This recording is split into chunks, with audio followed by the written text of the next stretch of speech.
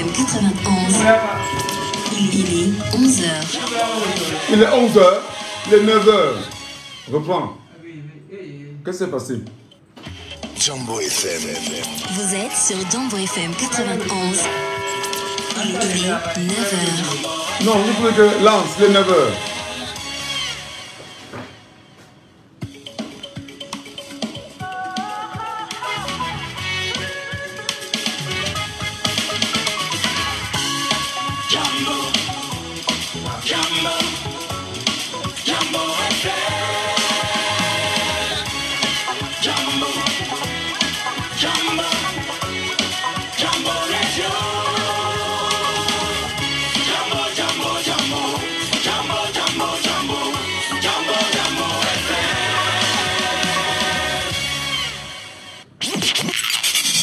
On ne peut en parler avec énergie sur Jambo FM. On ne peut ne pas aborder les sujets qui coiffent. On ne peut ne pas se fâcher face aux réalités qui nous entourent. Laissons parler les gens. Tous ces gens qui ont tué, ils ont pris goût de tuer. Tuer des gens pour s'enrichir ou tuer des gens pour aller au pouvoir, c'est pas une solution. Laissons parler les gens, la libre antenne de votre radio. Parlez sans tabou, sans se chausser. Percez et crevez l'abcès, c'est vous qui avez la parole. Pourquoi on n'interdit pas la circulation des armes sur le continent africain? Laissons parler les gens du lundi au vendredi sur Jambo FM. Laissons parler les gens, une présentation de Michel Gatchou. On ne peut en parler avec énergie sur Jambo FM. Ça va, quoi. On ne peut ne pas aborder les sujets qui coiffent. On ne peut ne pas se fâcher face aux réalités qui nous entourent. Laissons parler les gens. Tous ces gens qui ont tué, ils ont pris goût de tuer. Tuer des gens pour s'enrichir ou tuer des gens pour aller au pouvoir, c'est pas une solution. Laissons parler les gens, la libre antenne de votre radio. Parlez sans tabou, sans se chausser. Percez et crevez l'abcès, c'est vous qui avez la parole. Pourquoi on n'interdit pas la circulation des armes sur le continent africain? Laissons parler les gens du lundi au vendredi sur Jambo FM. Laissons parler les gens, une présentation de Michel Gatchou.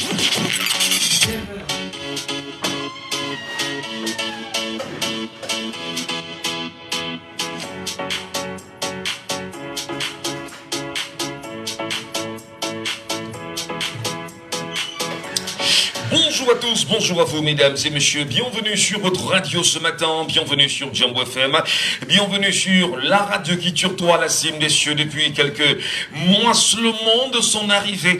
Et c'est un plaisir de vous compter encore très nombreux à ce rendez-vous quotidien sur cette même radio au cœur de Laissons parler les gens. Laissons parler les gens, on vous le rappellera pas ou on le dira peut-être pas assez, c'est la séquence radiophonique au cours de laquelle chacun d'entre vous a le devoir de nous appeler en direct, mais surtout de laisser ses projets, ses analyses, ses points de vue, mais bien évidemment, bien sûr, prendre la parole comme cela se doit. Donc, avec Laissons parler les gens, il n'y a aucune distinction à prendre entre ceux et celles qui souhaiteraient bien sûr réagir bonnement, spontanément, normalement. Nous vous offrons l'antenne chaque jour. Seulement, sans verser dans les jures, encore moins la diffamation, il serait très urgent, très important que nous portons très haut le niveau des débats à travers les 3 sujets de ce matin. Il s'appelle Arnaud Noussi à la technique, je suis Michel Gatchou au micro. Madame, messieurs, bienvenue à tous et à chacun. Laissons parler les gens. Premier sujet. Le premier sujet de ce matin nous ramène au Cameroun, nous impose le Cameroun et nous allons faire, bien sûr, en première partie, une fixation sur le SMIG.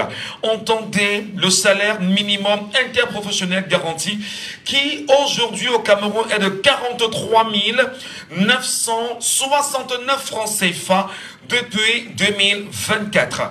Des voix des Camerounais disent jusqu'ici qu'ils ne parviennent toujours pas à avoir un respect de cette donnée, de ce SMIC au niveau du Cameroun. Et nous allons tenter en même temps d'analyser, est-ce que pour vous, le SMIC camerounais, porté à 43 969 francs CFA, vous arrange en tant que citoyen camerounais, en tant que travailleur camerounais du secteur public comme du secteur privé? C'est-à-dire que pour être payé au Cameroun lorsque vous êtes employé, quel que soit l'endroit, vous devriez avoir minimalement 43 969 francs CFA.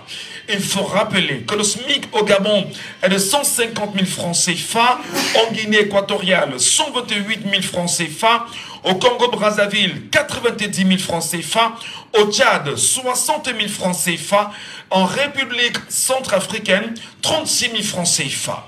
Nous allons, au regard de la puissance du Cameroun, entre autres, quelquefois vanté comme étant le poumon économique de l'Afrique centrale, comprendre quelle est bien évidemment la place de ce montant avec ce SMIC. Retenez et entendez 43 969 francs CFA. Laissons parler les gens. Deuxième sujet. Le deuxième sujet de ce matin nous ramène encore à la falaise de Tchang.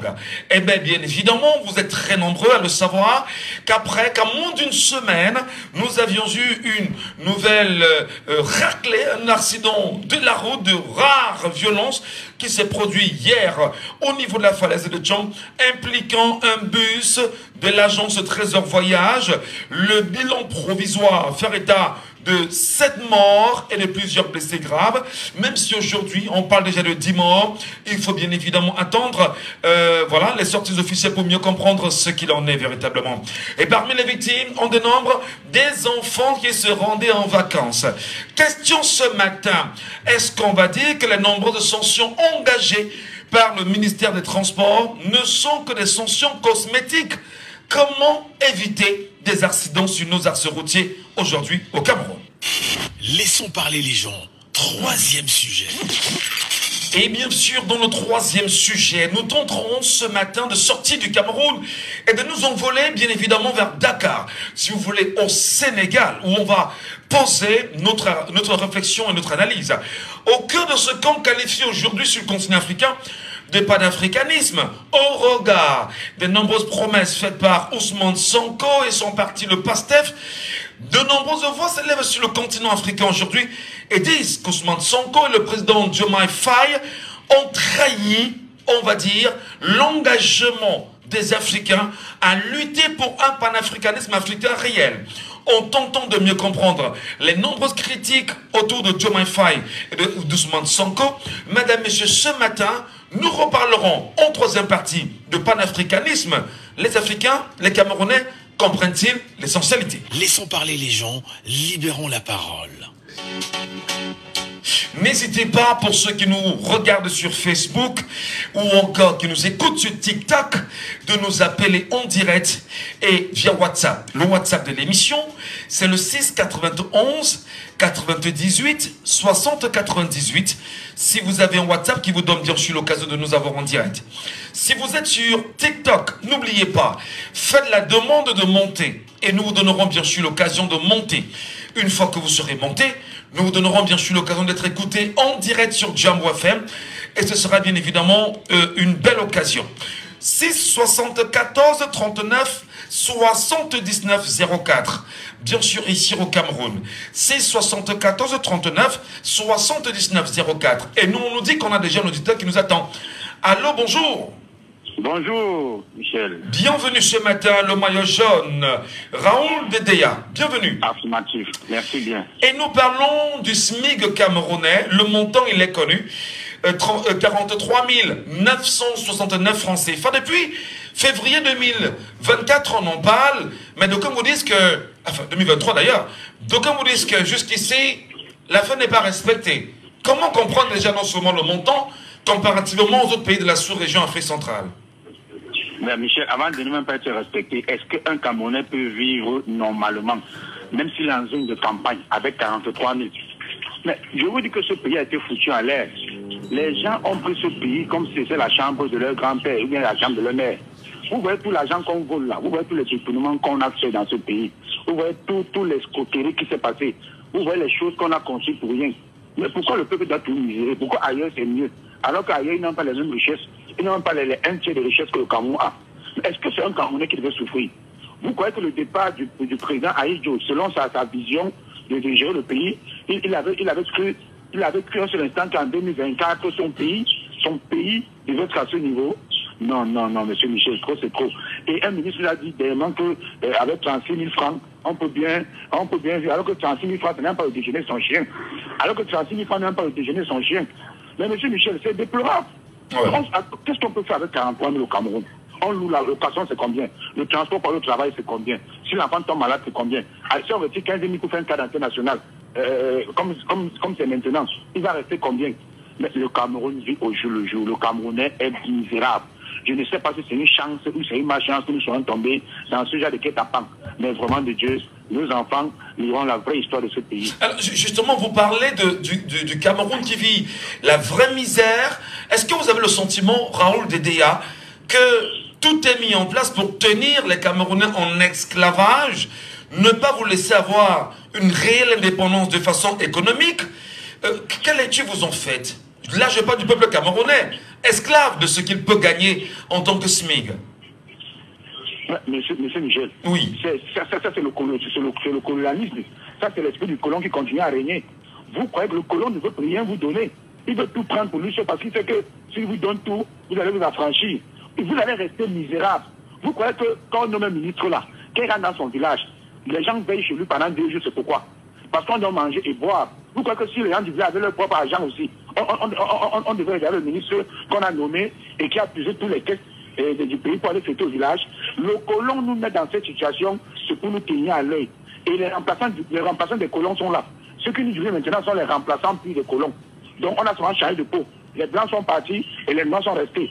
Vous regardez vous-même, rien n'a changé. C'est les mêmes choses. Comment on peut maintenir un pays comme le Cameroun avec toutes ses richesses en 2024 avec un SMIC de 43 000? Est-ce que ça devrait se faire? Alors que sur le Gabon à côté de nous, c'est 150 000 francs. Non, vraiment de Dieu, ça c'est l'esprit du colon pour nous maintenir esclaves. On dit que quand l'esclave n'a pas de l'argent, il est solidaire, il est soumis. Mais si l'esclave s'affranchit, mais c'est très grave. Et qu'est-ce que nous attendons pour s'affranchir? Le Sénégal, Ousmane Sonko et son frère Diomaye Faye, ils sont en train de nous envoyer un grand message. Nous n'allons pas rester comme ça. Nous parlerons d'Ousmane Sonko et de Diomaye Faye en troisième partie de l'émission. N'hésitez pas à nous appeler pour laisser votre opinion. Nous allons nous battre. Parce que allons nous inscrire massivement. D'abord, parce qu'après, il faut qu'on cherche à ce que nos prisonniers politiques, les gens qui n'ont rien fait là, qu'on arrête avec la télécommande à nous devant leur maison, devant leur porte, on les a amenés pour leur donner 7 ans là. Nous ne sommes plus en dictature. Trop, c'est trop. Alors, il faut les libérer avant même les élections. Allons d'abord nous inscrire. Parce qu'on a beaucoup de dossiers à gérer. Bonne émission, monsieur Michel. Bonne émission, enfin, bonne journée. Et merci, en fait. Merci beaucoup. Nous avons, on va dire, quelqu'un qui réagit d'ailleurs sur TikTok. Le TikTok de Michel Ngadjou. Michel Ngadjou 1. Voilà, pour ceux qui veulent bien sûr me chercher.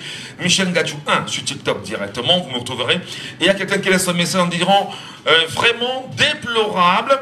Ils viendront dire que Kamto ne sera jamais président. Voilà, c'est une réaction que je prends comme ça chaud. 6 91 98 60 98 via le WhatsApp de l'émission. Arnaud Noussi, on va bien sûr prendre l'auditeur avec nous ce matin. Il est sur WhatsApp. Allô, bonjour. Oui, allô, bonjour, monsieur Michel Ngadjou. C'est Sergi Nicanor depuis. Sergi Nicanor, depuis les UK, merci infiniment. Vous nous écoutez chaque fois que nous sommes sur la radio. Et nous avons choisi ce matin de parler, bien évidemment, du SMIC camerounais retenu à 43 969 francs CFA. Qu'est-ce que ça représente pour un citoyen normal dans un pays qu'on appelle le Cameroun? On va dire qu'il est un scandale géologique avec des richesses incroyables. Quelle lecture vous en faites, cher monsieur? En principe, moi je crois qu'on est encore à l'époque mondiale, là où on doit soumettre, on doit affamer le peuple pour le soumettre. Parce qu'on ne peut pas expliquer que les prix de tout augmente au Cameroun. Avec 43 000, on ne peut pas vivre au Cameroun, mais on a notre ministre de Travail qui avait dit que lui, il vit aisément avec 35 000 francs au Cameroun. vous voyez, leur politique, c'est d'affamer le peuple pour que le peuple ne puisse pas s'épanouir. Ouais. Parce que on n'arrive pas à comprendre, M. Missengatu. 43 900 francs, franchement, tout dit que le Tchad, M. Missengatu, allez au Tchad. Vous allez voir comment on respecte les Camerounais au Tchad. La vie du Tchad comparée aux Camerounais, ils n'ont même pas grand-chose. On ne peut pas arriver comment le Tchad, le SMIC, est plus élevé que celui du Cameroun. On ne comprend pas, on ne comprend rien. Franchement, on n'arrive même pas à comprendre. Alors, justement, vous établissez la comparaison entre le SMIG que nous avons au Cameroun et le SMIG tchadien. Vous estimez qu'il n'y a pas de comparaison. Pourtant, en matière de richesse, le Cameroun est bouglement riche. Est-ce que pour vous, c'est une volonté politique? Peut-être vous le dites d'ailleurs, en pensant, bien évidemment. C'est une volonté politique, mais comment donc, qu'est-ce qu'on peut faire en tant que citoyen de ce pays en vue d'amener le politique à remonter la pente quand même du SMIC à 200-250 000 francs minimalement pour permettre aux Camerounais au moins d'avoir une certaine avancée dans sa vie?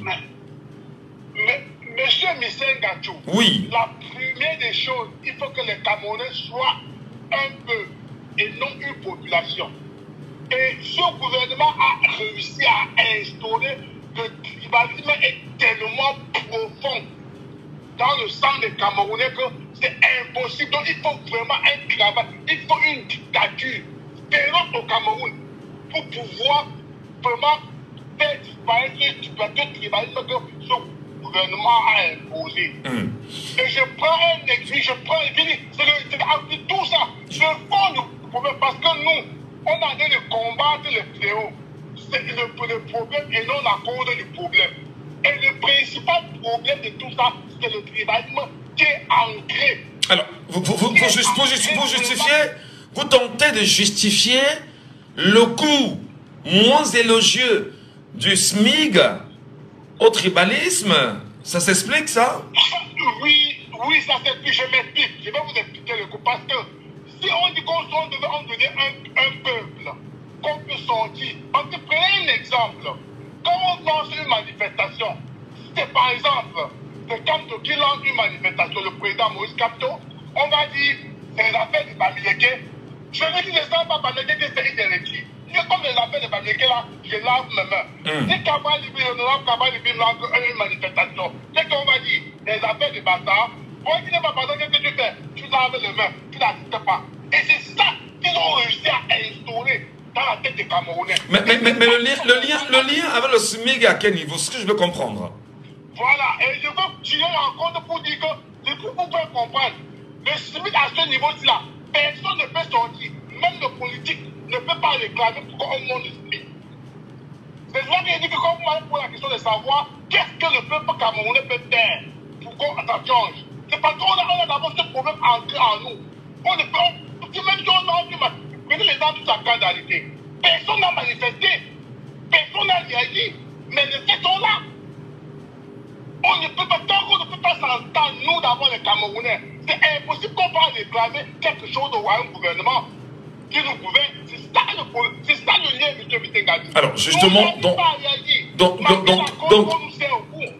au-delà bien évidemment du tribalisme que vous rejetez fermement, vous déplorez le manque d'unité des Camerounais afin d'envisager une quelconque revendication, notamment le SMIG. C'est ça, Nicanor? Exactement, M. Missengatu. Exactement. C'est ça le problème. C'est ça le fond du problème. D'accord. On ne s'entend pas, nous, entre les Camerounais. Prenez exemple les opposants. Regardez les opposants comment ils sont expliqués. C'est ça le problème. Très bien. Et c'est voilà. ça qui nous prouve tous les efforts qu'on fait pour avancer. C'est ça qui prouve les efforts. Voilà. Merci beaucoup, Nicanor. Merci beaucoup pour votre appel ce matin. Passez une très bonne journée. Et nous le rappelons, bien évidemment, nous sommes au Cameroun.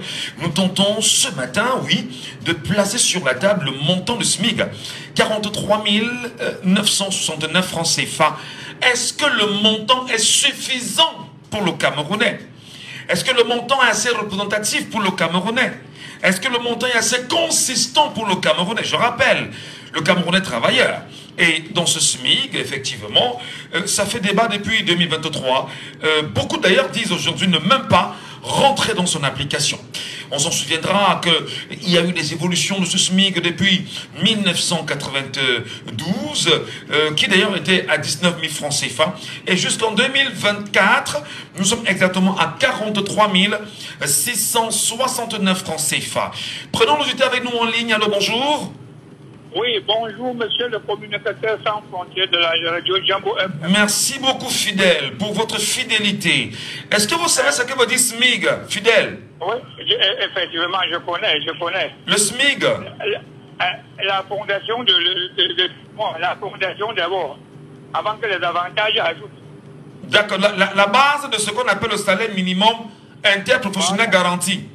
Effectivement, c'est ça. Alors, donc, ça veut dire qu'au Cameroun, quel que soit l'endroit où tu travailles, quel que soit ce que tu fais, quel que soit ton employeur, on devrait d'abord te donner ce montant-là. 43 969 francs CFA, minimalement. Est-ce que c'est respecté au Cameroun, mon cher frère? Monsieur Gatou. Oui. Je veux vous dire quelque chose sur ce pays. Quand vous voyez que quelqu'un compte que son salaire de base c'est 43 000, mais il vit à l'aise plus que celui qui vend les tomates au marché. Ça veut dire quoi? C'est un moyen où le gouvernement a constaté que ces fonctionnaires ne font pas du travail. Partout où tu es placé, tu joues que il n'y a aucun papier au Cameroun comme si sans donner, on appelle ça quoi, le gombo. Ouais. Je vais vous donner un exemple. Regardons un peu, je vais aller un peu à la communauté urbaine vous montrer vous allez voir. Regardez la pick-up de la communauté urbaine qui scelle les roues de camions dehors là, avec les S. Hein? Oui. Ils sont dedans à 4. Les roues de voiture sont là. Les gars ont le gros ventre. Même les délégués du gouvernement n'est pas gros comme monsieur Gachou. Hein? Même les délégués du gouvernement ont réuni une personne. Je dis, monsieur, il ne peut pas. Hein? Les gars sont costauds avec les gros ventres. Ça laisse combien à la communauté urbaine? Oh, ils n'ont pas 40 000. Imaginez-vous, vous pouvez qu'ils vivent que de ça. Hein? Je ne sais pas où on trouvera leur secret le jour où Dieu va les appeler. Hein, monsieur Gatou. Alors, justement, justement, vous entendez ça là, c'est pas ça que les Camerounais vivent. Nous sommes d'accord, cher Fidèle. Fidèle, nous sommes d'accord. Nous parlons bien évidemment de ce montant. Alors, est-ce que déjà, quand on parle d'un pays comme le Cameroun, oui, et que l'on dise effectivement que le salaire minimum au Cameroun c'est 43 000 francs CFA, pensez-vous que l'on soit à même de vivre avec un tel montant dans notre pays en l'état actuel? Non seulement avec la vie qui est très chère, mais alors extrêmement chère. Est-ce que ce n'est pas de nature à pousser les Camerounais à encourager la corruption, Fidèle? Monsieur Gatou. Oui. C'est le cheval qui avait accepté qu'on monte sur lui. C'est la patate qui avait accepté qu'on... Est-ce qu'on mange le macabo sans préparer? Vous croyez que je peux laisser mes plantations aller accepter vivre de ce genre de salaire dans mon pays? Je ne peux pas. Hein? Et pourquoi alors les gens sortent des millions pour négocier le concours pour entrer à la fonction publique? Il y a quelque chose, ça que je suis en train de vous dire. D'accord. Je ne peux, en ce qui concerne ce salaire, c'est ceux qui partent là-bas qui savent ce qu'ils cherchent. Parce que normalement, si tous se levaient pour dire que non, avec ce salaire, je ne suis pas fonctionnaire, je n'aurais pas travaillé, c'est que ça avait déjà changé. J'ai vu une société de la place... Pour vous, c'est la solution, on dit qu'on ne va pas travailler et ça va changer. Autant ne pas travailler, ça va changer, M. Gatou. Je ne peux pas ouvrir une quincaillerie. Que le salaire n'est pas bien. Tout le monde qui refuse doit le faire. Je suis obligé d'augmenter le salaire pour prendre mes employés. Soyons d'accord. Je ne peux pas avoir une société avec 60 employés. Le plus grand cadre de ma société roule sur la moto. Les autres roulent à pied. Moi, j'ai des Mercedes en tant que directeur. C'est que les gens de société. Parce que les gens acceptent. Quand l'employé sort de la société, il marche et est en raide. Ça veut dire qu'il a attaché quelque chose sur son ventre pour monter son salaire. Très bien. C'est les gens qui acceptent qu'on monte sur eux, M. Gassou. C'est compris, Fidèle. Merci beaucoup. Ouais. Et tout le monde a la parole, bien évidemment. Sur WhatsApp, on a un auditeur qui nous attend depuis un petit moment sur WhatsApp. Nous allons lui donner l'occasion de s'expliquer. Allô, bonjour. Allô, sur WhatsApp, bonjour. Oui, bonjour, Michel. Bienvenue, cher Bertrand. Votre voix vous trahit, bien évidemment. Hein. Voilà. Nous parlons du SMIG camerounais, Bertrand. Et fondamentalement, lecture faite, 43 969 francs CFA pour des Camerounais, c'est insignifiant et, semble-t-il, c'est de nature à motiver et à encourager la corruption. Êtes-vous d'accord avec une telle assertion? Écoutez, Michel, déjà même en tant le montant du SMIC au Cameroun, même pour un étranger, ça fait vraiment ridicule.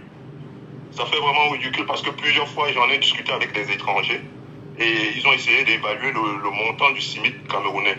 Et quand on tient compte du coût de vie au Cameroun, c'est vraiment très difficile pour les Camerounais. Ouais. Parce qu'au quotidien, nos familles qui sont au Cameroun, les personnes qu'on connaît au Cameroun, ont vraiment beaucoup de difficultés de s'en sortir. C'est des personnes qui sont vraiment misérables. Ouais. Et je pense que le fait que dans chaque famille, on fait un effort d'envoyer un enfant en Europe, ou bien que les gens prennent la route, parfois ils le prennent parce qu'ils sont obligés. C'est-à-dire qu'ils risquent leur vie parce qu'ils sont obligés. Parce que ces personnes qui sont en Europe, c'est eux qui nourrissent les familles en Afrique, au Cameroun surtout. Parce que je vous assure, Michel, s'il n'y avait pas des Camerounais ici, en Europe, aux États-Unis, et un peu partout dans la diaspora, même en Afrique, nos parents en Afrique, je ne sais pas combien ils devaient vivre. Agoniseraient, dit-on. Agoniseraient. Ils agoniseraient, comme vous dites là. Ils agoniseraient. Parce que c'est vraiment difficile. Quand vous rentrez en Camerounais ici en diaspora, la première chose, ce qu'ils vous disent, c'est que je n'arrive pas à dormir. Tout le temps, il faut envoyer l'argent. Tout le temps. Il y avait un moment, même la diaspora avait décidé de ne plus envoyer l'argent. Mais vous ne pouvez pas rester ici. Vous avez vos parents en Afrique qui sont en train de souffrir, qui sont malades. Et être insensibles. Et l'hôpital, c'est de l'argent. Donc moi, je pense que c'est la diaspora qui fait vivre encore les parents qui sont en Afrique. La majorité des Camerounais, c'est la diaspora qui les fait vivre. Et les autres, c'est la corruption. Imaginez-vous, Michel, que des fonctionnaires, des hauts fonctionnaires, sont tellement riches au point où... Parce que quand on réfléchit même, il doit y avoir une solidarité parce que nous sommes quand même des êtres humains. Je vois tous les dimanches des personnes qui vont à l'église prier Dieu, soi-disant. Mais qu'est-ce que Dieu demande? Dieu demande d'avoir de la compassion pour son prochain. Mais quand je vois des personnes s'enrichir d'une manière où on ne sait même pas ce qu'ils vont faire avec cet argent-là, est-ce qu'ils se posent la question? L'autre jour, je voyais encore une dame qui allait à l'hôpital pour accoucher. Elle a accouché et elle n'a même pas de lit pour dormir. Elle est arrêtée à l'hôpital parce qu'elle ne peut pas payer. Il a fallu que c'est la diaspora encore qui dépêche l'argent pour aider cette femme. Est-ce que vous trouvez que c'est humain dans un pays comme le Cameroun que les dames qui accouchent, les mères de l'humanité, qu'on les enferme à l'hôpital parce qu'elles n'ont pas d'argent pour payer? Nous vivons dans quel monde? Nous posons-nous la question, nous disons, si Dieu vraiment existe, est-ce que Dieu sera pour le Cameroun en voyant tout ça se passer? Je demande à ces gens-là qui ont des enfants, qui regardent les enfants et qui, quand ils regardent les enfants des autres, qui se posent la question, qui se disent nous sommes des humains, il y a une certaine solidarité humaine qui nous demande à être un peu, à avoir de la compassion pour d'autres quand même. Ça fait pitié, ça fait pleurer quand on voit des trucs comme ça. Je me demande si nous sommes encore humains. On est bien évidemment à quelques... Il y a encore de l'humanité en nous, au Cameroun. Je me pose cette question. Je demande à ces gens qui croient en un Dieu d'être humains. Je demande qu'est-ce que je vais dire? Excusez-moi, je perds un peu le fil. Je demande aux personnes des églises,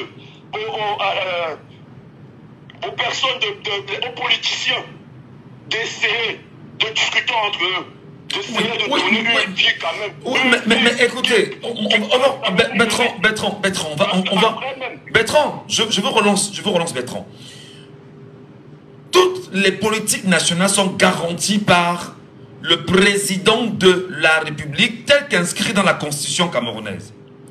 Lorsque dans un pays on a 43 000 francs CFA, si vous voulez 43 699 francs CFA de SMIC, entendez salaire minimum interprofessionnel garanti, dans ce pays qui économiquement connaît de graves crises, dans ce pays qui économiquement connaît, on va dire, une corruption aggravée, dans ce pays qui économiquement connaît en même temps, on va dire, des détournements massifs, est-ce qu'il n'est pas de nature, naturellement, à tout faire pour que le Camerounais se décourage et prenne la route, comme certains le font aujourd'hui, vers le désert? Là, c'est pas la solution, Michel. Non, mais c'est pas la solution, mais on pose le problème. Est-ce que l'ensemble de toutes ces données ne favorise pas l'immigration des Camerounais en masse? Ça favorise l'immigration des Camerounais en masse, mais je ne pense pas que c'est ce que ces gens-là... En fait, je ne pense pas que c'est la... Je ne crois pas que c'est la pensée de ces gens-là qui veulent que tous les Camerounais partent. Parce que dans le discours du président de la République, j'ai entendu qu'il se posait des questions quant aux Camerounais qui quittaient le pays, alors que lui se plaignait en fait qu'il y avait des Camerounais qui partaient du pays, alors qu'il y avait cette envie de partir, alors qu'il y a d'autres étrangers qui veulent s'installer au Cameroun. Donc lui-même, il est soucieux de ce problème. Donc Michel, il y a des possibilités pour faire que les Camerounais puissent rester au pays. C'est une volonté politique. Alors, en faisant quoi? En augmentant le SMIC, non? Augmenter le SMIC aussi fait partie des... Un fonctionnaire ne doit pas être riche, on va lui demander là où vient cet argent. Parce que l'argent, les Camerounais souffrent, les caisses de l'État sont vides. Si vous voyez aujourd'hui des impôts partout, c'est parce que les caisses de l'État sont vides.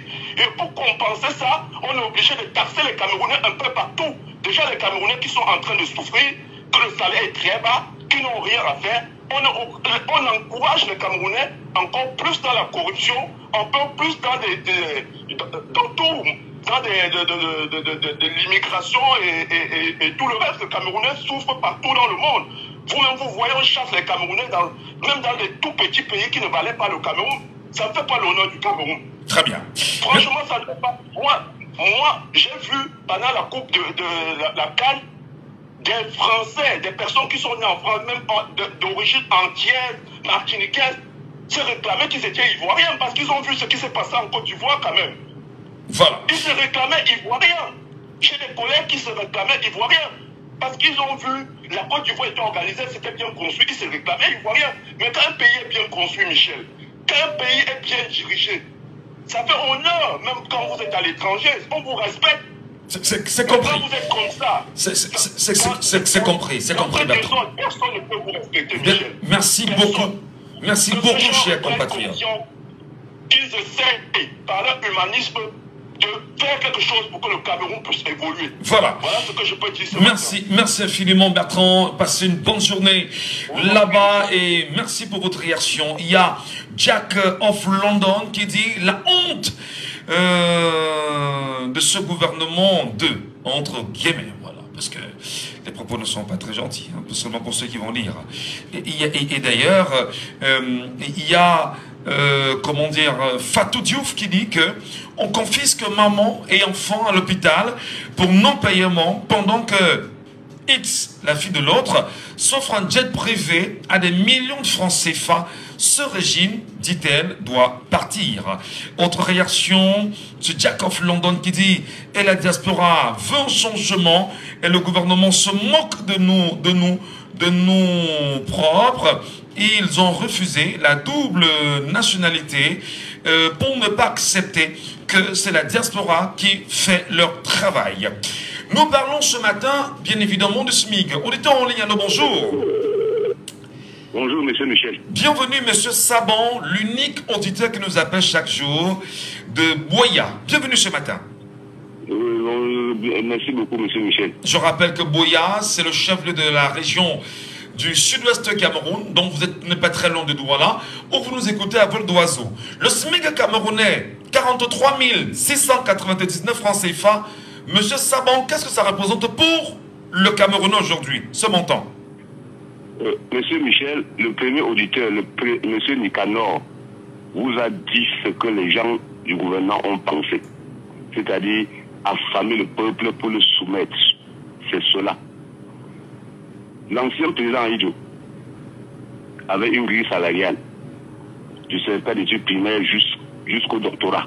Chacun savait ce qu'il devait toucher si on le prend dans une entreprise privée. Oui. Il avait également des salaires de fonctionnaires, catégorie A, B, C, D. Oui. À l'époque, le kilo de sucre coûtait 75 francs. Monsieur Michel. le président Biya est venu. Il a fait disparaître les grilles salariales. Il a demandé aux entreprises de prendre leurs employés et puis c'est l'employé qui doit discuter de son salaire avec son patron. Quelle est cette société-là?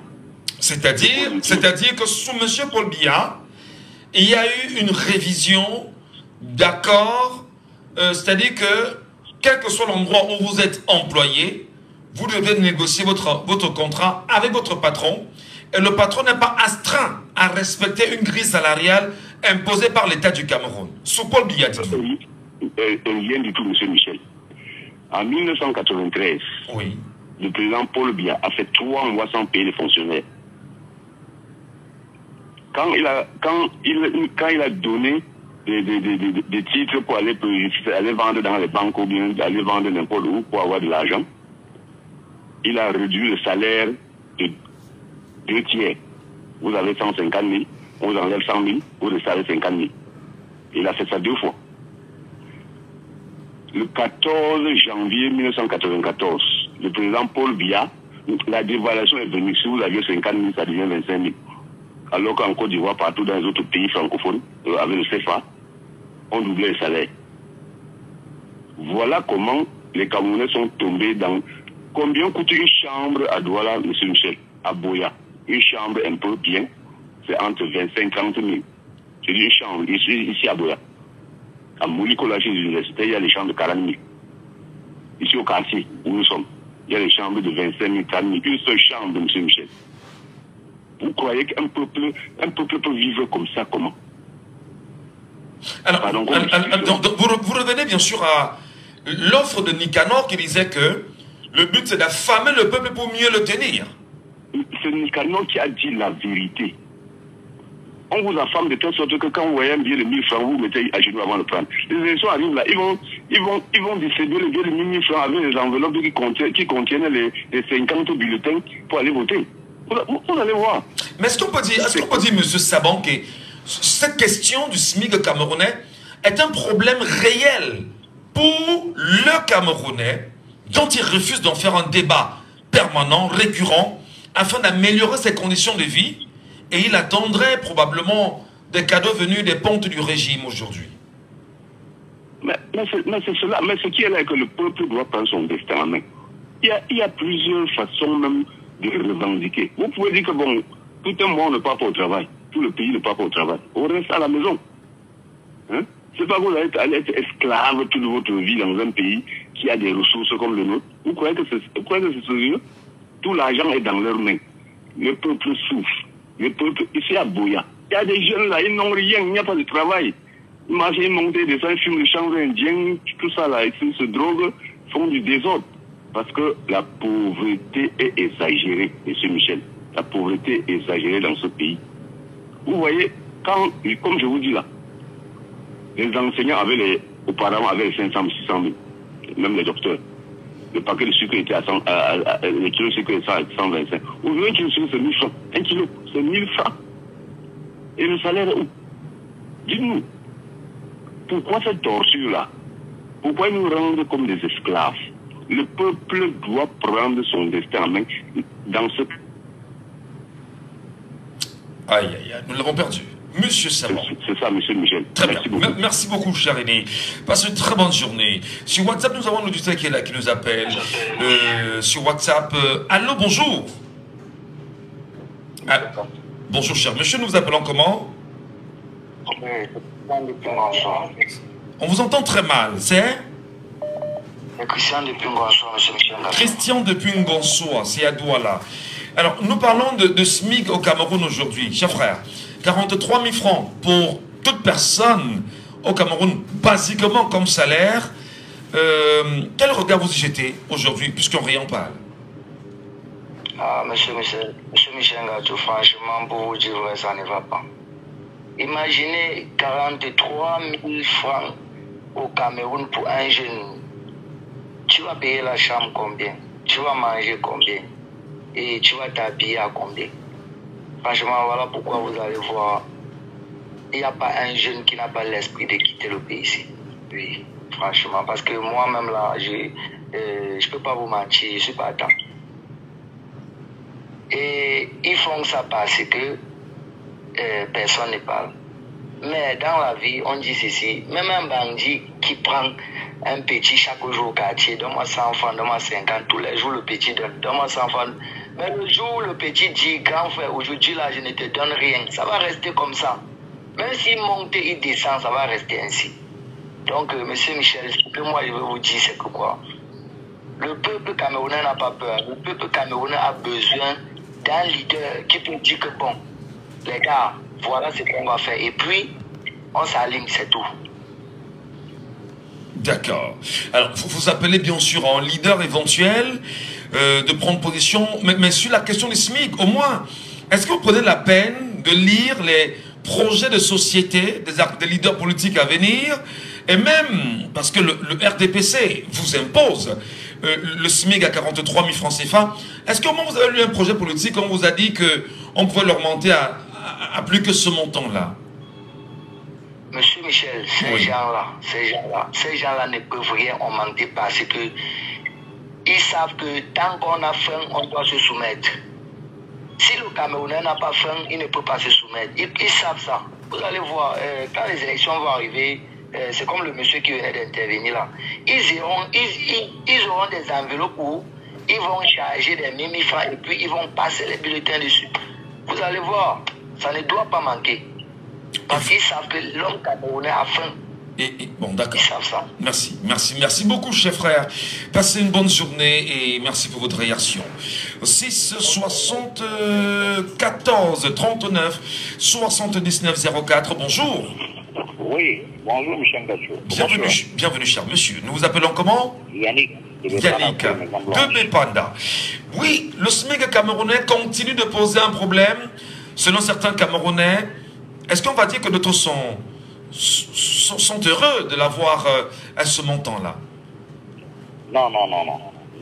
43 969 francs CFA. Un ancien ministre disait quand même qu'avec 35 000 francs, on vivait bien au Cameroun. Vous dites non? Pourquoi? On n'arrive pas à se vêtir, on n'arrive pas à manger, on n'arrive pas à se soigner, on n'arrive pas à payer la maison. Mais moi, je me pose la question, Michel Gachou. Oui. On va où dans ce pays va de mal en pire. Les Camerounais souffrent. C'est-à-dire que vous voyez les Camerounais voyagent tous les jours pour aller au Canada, vous vous posez pas la question. Quand il a pris le pouvoir, il y avait plus de 700 entreprises. Il a pris le pouvoir, il a tout fermé, il a tout privatisé. Vous pensez qu'il aime son peuple? Il n'aime pas le Cameroun. S'il aimait le Cameroun, parce que les 700 entreprises qu'il avait fermées devraient employer les jeunes. Même bien n'aime pas le Cameroun. Aïdjo aimait les Camerounais. Vous savez ce que j'aimais Aïdjo avait demandé à Aïdjo? Non. Elle avait demandé pourquoi tu as choisi Paul Biya pour être président du Cameroun. Parce qu'elle savait ce que Paul Biya allait apporter aux Camerounais. Paul Biya a apporté que de la souffrance aux Camerounais, de la méchanceté. Le SMIC camerounais, c'est l'expression de la méchanceté? Non, quand les Camerounais n'ont pas à payer la maison pour dormir. Quand les Camerounais n'arrivent même pas à se vêtir, à se soigner, Michel Gachou. Vous pensez que ce n'est pas la méchanceté? Quand les Camerounais n'arrivent même pas, le salaire, on n'arrive même pas à leur payer au travail. Vous pensez que c'est la méchanceté? Moi, je me pose autant de questions. Qu'est-ce que Paul Biya a laissé aux Camerounais? Il n'a rien laissé au Cameroun. Les Camerounais souffrent. Les temps sont durs, Michel Gachou. Quand vous voyez un jeune là, il reste là, on se demande tu fais quoi, il dit qu'il perd le temps. C'est parce que ça ne va pas.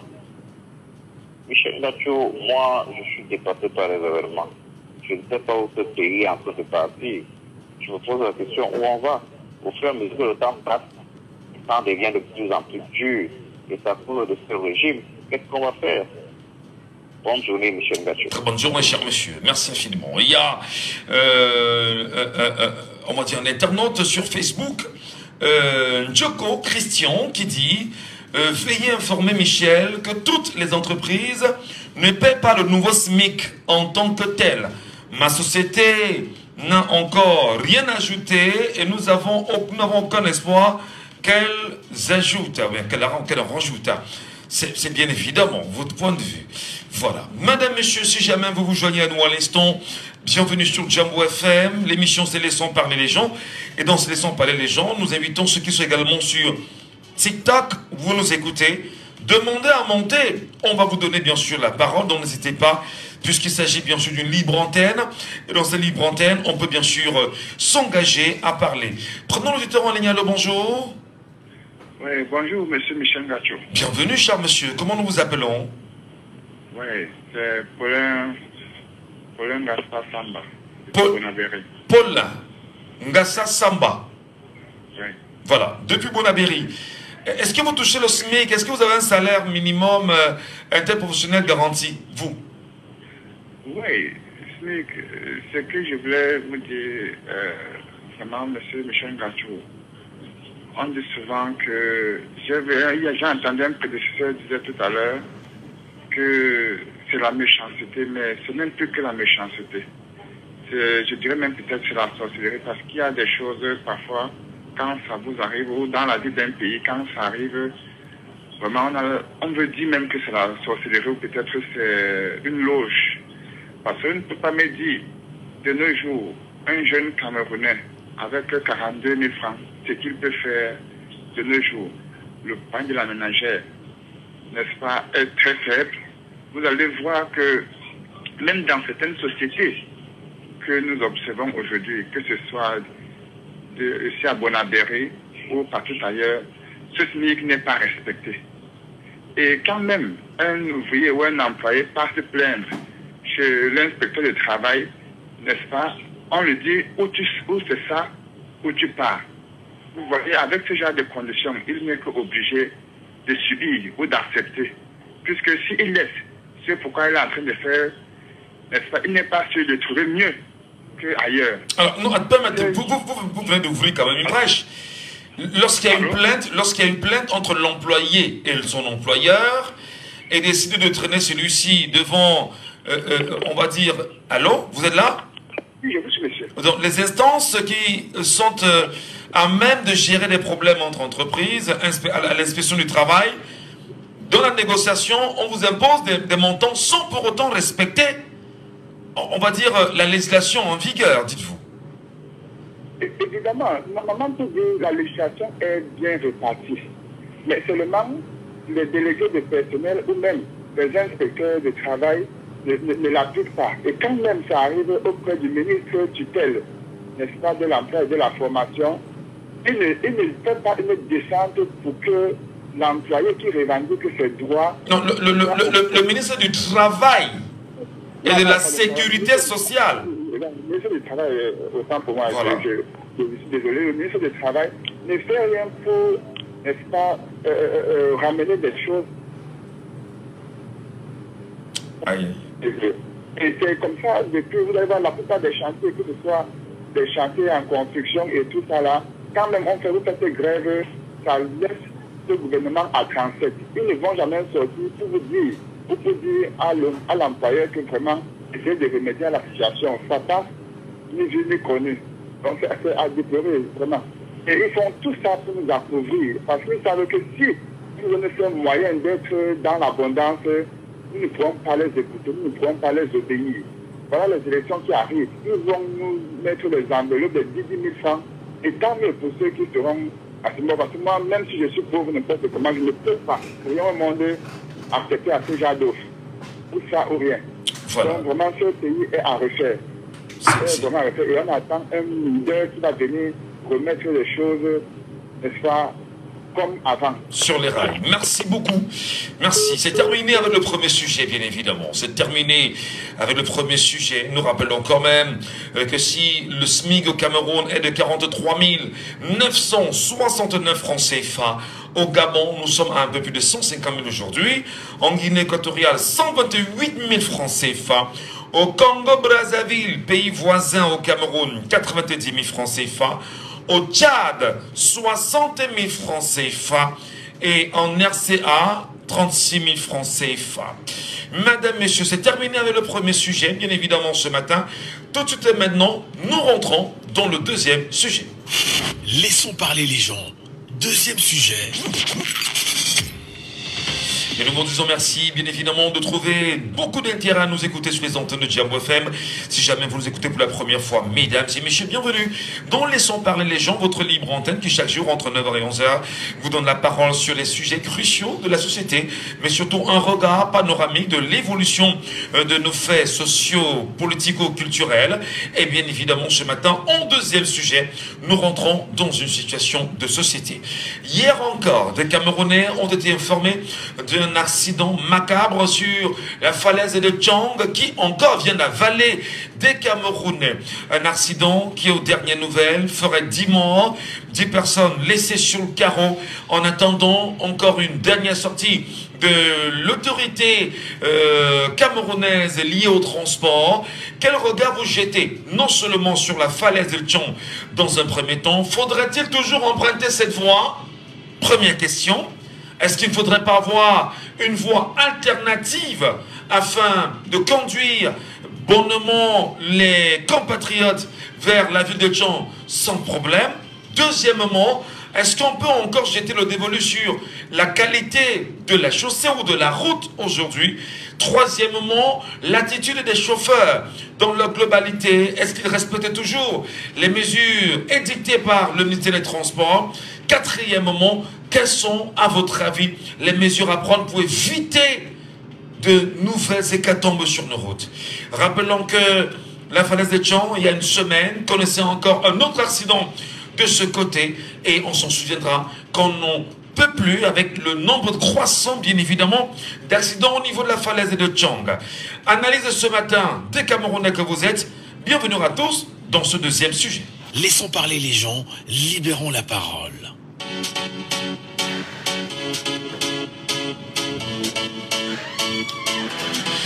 Vous nous appelez et vous nous laissez bien sûr votre point de vue, votre analyse sur cet accident énième qu'on a eu à la falaise de Tchang.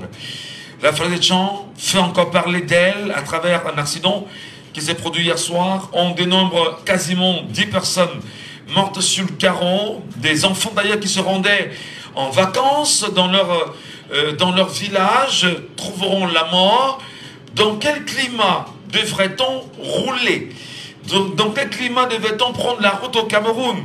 Est-ce qu'on va finalement dire qu'on ne devrait plus que jamais avoir peur de la route aujourd'hui au Cameroun et de la falaise de Tchang? 6 74 39 79 04 6 74 39 79 04 ou encore le 6 59 92 48 83. N'hésitez pas, madame, messieurs, à nous appeler en direct via le WhatsApp de l'émission 6 91 98 60 98.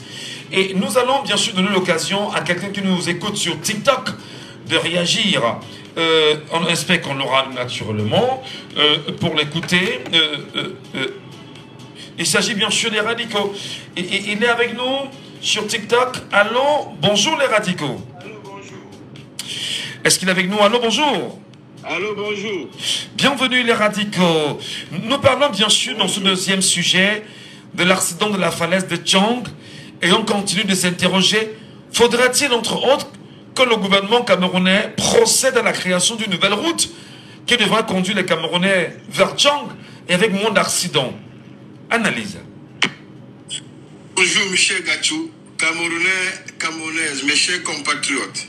Une fois de plus, on continue à enterrer nos citoyens. J'ai vu les vidéos qui circulent sur les réseaux sociaux. On parle d'un poteau électrique qui est tombé sur un cas de centrale, je ne sais pas de quelle compagnie, mais j'ai vu, mais il y a beaucoup d'enfants. Et je n'ai pas entendu notre gouvernement, ni le porte-parole du gouvernement, ni René Sadi, et ni le ministre de l'administration territoriale, comme il a souvent l'habitude de sortir ses griffes. Alors, je lui dis aux Camerounais, ce gouvernement ne nous aime pas. Ce gouvernement a choisi de nous enterrer.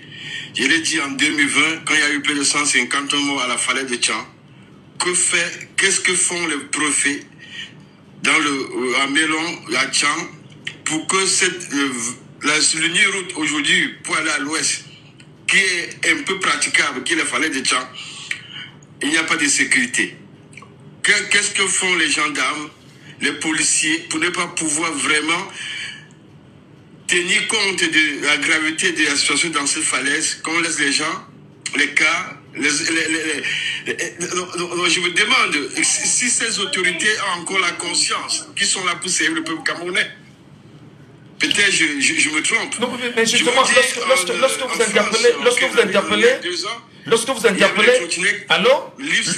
vous interpellez le ministre de la Communication, par mois, est-ce qu'il m'écoute là?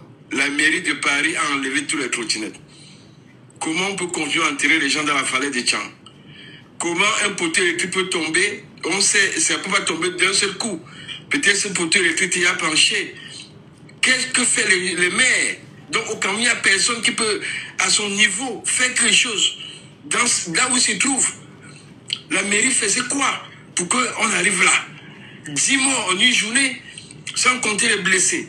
Mais comment on peut continuer à regarder comme si notre pays se trouve où, M. Michel Gachou? Nos dirigeants font quoi, M. Michel Gachou? Les chefs traditionnels font quoi? On ne peut pas dénoncer, on ne peut pas dire dans tel endroit il y a un poteau électrique qui est en danger. Mais 10 morts, on se tait, on regarde. Mais qu'est-ce qu'on veut faire? Qu'est-ce qu'on doit faire pour que les gens nous écoutent? Après, les gens disent qu'on salue le pays. Nous qui dénonçons, vous qui dénoncez. Alors je dis à ces gens, allez vous inscrire. Donnons la chance à quelqu'un d'autre en 2025. Ça fait 50 ans. Donc ce régime n'est pas venu nous servir, ils sont venus se servir. Alors justement, alors vous m'écoutez? Vous m'écoutez les radicaux? Alors vous m'écoutez, je ne sais pas si on est de retour là sur TikTok. Oui, moi je vous écoute très bien et parfaitement. Alors vous interpellez bien évidemment le ministre de la Communication, au moins de tenir une information rationnelle vis-à-vis des Camerounais. Ceci dénote quand même du respect qu'on a vis-à-vis des Camerounais. Ne pas le faire représente quoi pour vous? Mais je vous dis encore, est-ce que peut-être je vous ai suivi la sortie du ministre de la Communication, de porte-parole du gouvernement? Je n'ai pas suivi. Est-ce que vous avez suivi une intervention du maire de la commune de Mélon ou bien du commissaire ou bien de... Mais mon frère, on est en 2024. Comment... Il y a combien de blessés? Il y a combien de cas d'urgence? Qu'est-ce qu'on a fait? Est-ce que je ne sais pas dans quel pays on se trouve, M. Michel Gachou. Pourquoi tant de haine vis-à-vis des peuples camerounais? Est-ce que ces gens savent qu'ils sont là pour servir les Camerounais? Pas pour tuer les Camerounais, M. Michel Gachou. Mais c'est la moindre des choses. Que le ministre, que la télévision, ils vont pour dire, mais qu'est-ce qui s'est passé? Quels sont les responsables de tel? Pourquoi on continue à être là? J'ai vu Mme Coutès en 2020 aller dans... Mais qu'est-ce qu'on fait pour mériter cela? Est-ce que c'est parce que c'est les enfants? Les enfants ne sont pas touchés? Ou bien je ne comprends pas, M. Michel Gachou. Pourquoi on peut haïr un peuple jusqu'à ce niveau? Moi, je me terrorise tous les jours. Voilà, c'est compris. Merci beaucoup les radicaux pour votre réaction ce matin en direct sur les antennes de Jambo FM. Et bien sûr, nous allons prendre un autre intervenant, c'est Happy Sina, qui est avec nous, bien sûr, en direct. Happy Sina, bonjour et bienvenue. Vous êtes avec nous, Happy Sina? Good evening. Please, could you give the step to another person a little bit, but after that, I will come in back, please. Ok, without problem. Thank you so much. Est-ce qu'on a un auditeur avec nous en ligne? Non. On va donner la parole à Cédric Divine. Cédric, bonjour. Cédric. Merci, bonjour à tout le monde. Bonjour Cédric, bienvenue ce matin. Nous sommes sur Jambo FM en direct. Et bien évidemment, vous aussi, vous êtes sur TikTok. Vous êtes très présent et vous réagissez. Nous parlons de la falaise de Tchang, ici au Cameroun, qui a encore connu un énième accident hier soir, faisant 10 personnes mortes sur le carreau et de nombreuses personnes blessées, notamment des enfants qui allaient en vacances au village, comme c'est une belle tradition au Cameroun. On se pose une question, à quand la fin des accidents sur cette falaise? Bah, bien sûr, déjà, moi, de mon point de vue, moi, je ne pense pas qu'il y ait une fin. Parce que d'abord, l'homme camerounais, personnellement, a un sérieux problème. Quand on regarde le contenu du Cameroun aujourd'hui, tu vas comprendre que le Cameroun a un vrai sérieux problème d'abord de la mentalité. Nous n'aimons pas le développement. Nous avons un problème d'éducation. Je ne sais pas si je suis le seul qui pense exactement ainsi. Mais ce sont des choses qui ne nous étonnent pas. Nous connaissons des grandes personnes qui sont mortes dans des routes au Cameroun. Nous connaissons des obstacles que nous subissons au Cameroun. Le Cameroun aujourd'hui a un problème très grave. Et si on continue dans la même lancée, chacun va essayer de lire comme on dit souvent au quartier. Le Cameroun, c'est un pays que je ne sais pas comment je peux expliquer, mais on est dans un système que même le système ne connaît plus là où il est. On est tous renfermés dans un bloc. Et nous allons payer ça. Tout le monde, chaque Camerounais va payer ça en fait. Et si on reste toujours dans la même lancée, ça va nous détruire. Donc ce système gouvernemental a rendu les Camerounais comme des esclaves. Parce que pour moi, un Camerounais aujourd'hui, c'est un esclave. Je ne sais pas si je suis le seul qui a la même pensée, mais un Camerounais aujourd'hui, lambda, c'est un esclave. Et cette falaise aujourd'hui, c'est pas aujourd'hui que ça tue. Ça tue depuis des années. C'est juste qu'avant, on ne prenait pas ça à un problème vraiment problématique majeur. Avant, c'était des problèmes qu'on essayait de passer au-dessus. Mais aujourd'hui, certaines personnes commencent à ouvrir des yeux par rapport à cette falaise. Cette falaise a tué de nombreuses familles. On ne peut pas compter aujourd'hui. Et ce n'est pas même seulement la falaise d'Indian qui tue. Il y a beaucoup d'accidents qui se passent au Cameroun. Est-ce que vous connaissez combien de personnes meurent dans des routes au Cameroun? Les motomanes, on n'en parle pas. Donc pour moi, ce n'est même pas seulement du côté de la falaise d'Indian. Pour moi, le Cameroun aujourd'hui, c'est un pays totalement en reconstruction. Alors, bon, je vais laisser les autres prendre la parole. Merci beaucoup, merci infiniment. Est-ce qu'on a un auditeur avec nous en ligne? Allô, bonjour, bienvenue sur Jambo FM. Allô? Oui, allô. Nous vous appelons comment? Yannick de Kistana qui revient. Yannick, vous revenez bien évidemment nous parler de la falaise. Le précédent auditeur, d'ailleurs Cédric, pense que ce n'est pas seulement Tchang qu'il faut regarder ou la falaise, que le Cameroun, toutes ces routes sont accidentelles. Mais est-ce que c'est faux? On n'a pas de route au Cameroun. On n'a pas de route au Cameroun, du coup. On n'a pas. Si on avait les routes, est-ce que le Cameroun allait mourir comme ça? Vous vous rappelez de l'ancien joueur qui est mort, Landing Gemo? Landing Gemo, oui. Qui est mort au niveau de Dobala. Dobala, oui. Mais les routes, si on avait les routes à 3 ou 2 ou 4 jours, ils n'allaient pas mourir comme ça. Et le gouvernement avait dit que les camions vont commencer à rouler à partir de 21h. Ils n'ont jamais respecté ça. Ils avaient dit qu'ils allaient construire les routes de la falaise. Ils n'ont jamais construit. Vous vous rappelez, en 2020, il y a eu autant de morts lors du chant au Cameroun. Il y a eu autant de morts à la falaise. Je vous ai dit, Michel Nacho, je m'excuse de le dire, c'est la malchance du Cameroun. Baissez le volume de votre radio pour qu'on évite l'écho. Mais quand même, tarcer le président de la République de malchance d'un pays, est-ce que vous n'exagérez? Est-ce que vous n'exagérez pas quand même, Yannick? Est-ce que vous ne trouvez pas qu'il y a un minimum de respect quand même qu'il doit y avoir en cette élection? Taxer le chef de l'État de malchance de votre pays, est-ce que c'est raisonnable, cher frère? Je m'excuse de le dire. Mais si je le dis, c'est parce que quand les gens meurent, ils ne prennent pas la peine pour rester même au moins s'arrêter un peu, demander qu'est-ce qui ne va pas au Cameroun. Ouais. On devait créer normalement, il devait avoir les deuils nationaux. Vous voyez ailleurs, quand un être humain tombe ailleurs, c'est tout le pays qui en est bon. Et au Cameroun, les Camerounais sont comme s'il n'y avait rien. Pour vous, il y a ce manque de considération. D'ailleurs, il y a un auditeur, là, Bertrand, qui demandait s'il y a encore de l'humanisme au Cameroun. Non, il n'y a pas. Il n'y a pas. Un Camerounais ne peut pas mourir, les Camerounais continuent à vaquer à les occupations. Il n'y a pas. Posez-vous la question pour le corps d'Aïd, le corps du premier président est où aujourd'hui? Pourquoi on n'a pas fait le deuil national depuis? C'est parce que ceux qui nous gouvernent ne sont pas, ils n'aiment pas les Camerounais, ils n'aiment pas le peuple camerounais. Ils n'aiment pas. C'est des gens qui sont, ils sont méchants, je m'excuse de le dire. Les Camerounais ne peuvent pas tomber, les gens sont là, ils ne parlent pas. Très bien. Pourquoi quand il y a deuil national ailleurs, Paul Biya a écrit les condoléances. Mais ici, ils ne font rien. C'est-à-dire, le pays, même quand quelqu'un fait l'accident, ils sont là, ils écrivent dans Facebook, ils montrent comment quelqu'un est en train de mourir, alors qu'on aurait dû le sauver. Il n'y a plus d'urbanisme au Cameroun. Et c'est pas sérieux, Michel Nacho, ça fait mal. Les Camerounais ne peuvent pas mourir tous les jours, les gens sont là, ils sont insensibles à la mort des gens. Il devait avoir un pays national dans ce pays, le drapeau devait être en berne dans ce pays, quand un Camerounais tombe. Ça me fait mal dans ce pays. Voilà. Merci infiniment. Sur la deuxième ligne, un auditeur. Allô, bonjour. Oui, bonjour une fois de plus à monsieur le communicateur sans frontières de Jambo FM. Monsieur Fidèle. Oui, c'est bel et bien Fidèle qui revient. Vous connaissez très bien la falaise de Tchang. Je vais beaucoup parler de la falaise de Tchang. Nous parlons là. Pour ce qui est de la falaise, je vais vous dire, La falaise a 54 virages. Moi, je suis du département de la Maine-Moi. Oui. Et ce qui est de la falaise, quand vous constatez les accidents réguliers, c'est des chauffeurs qui viennent d'ailleurs.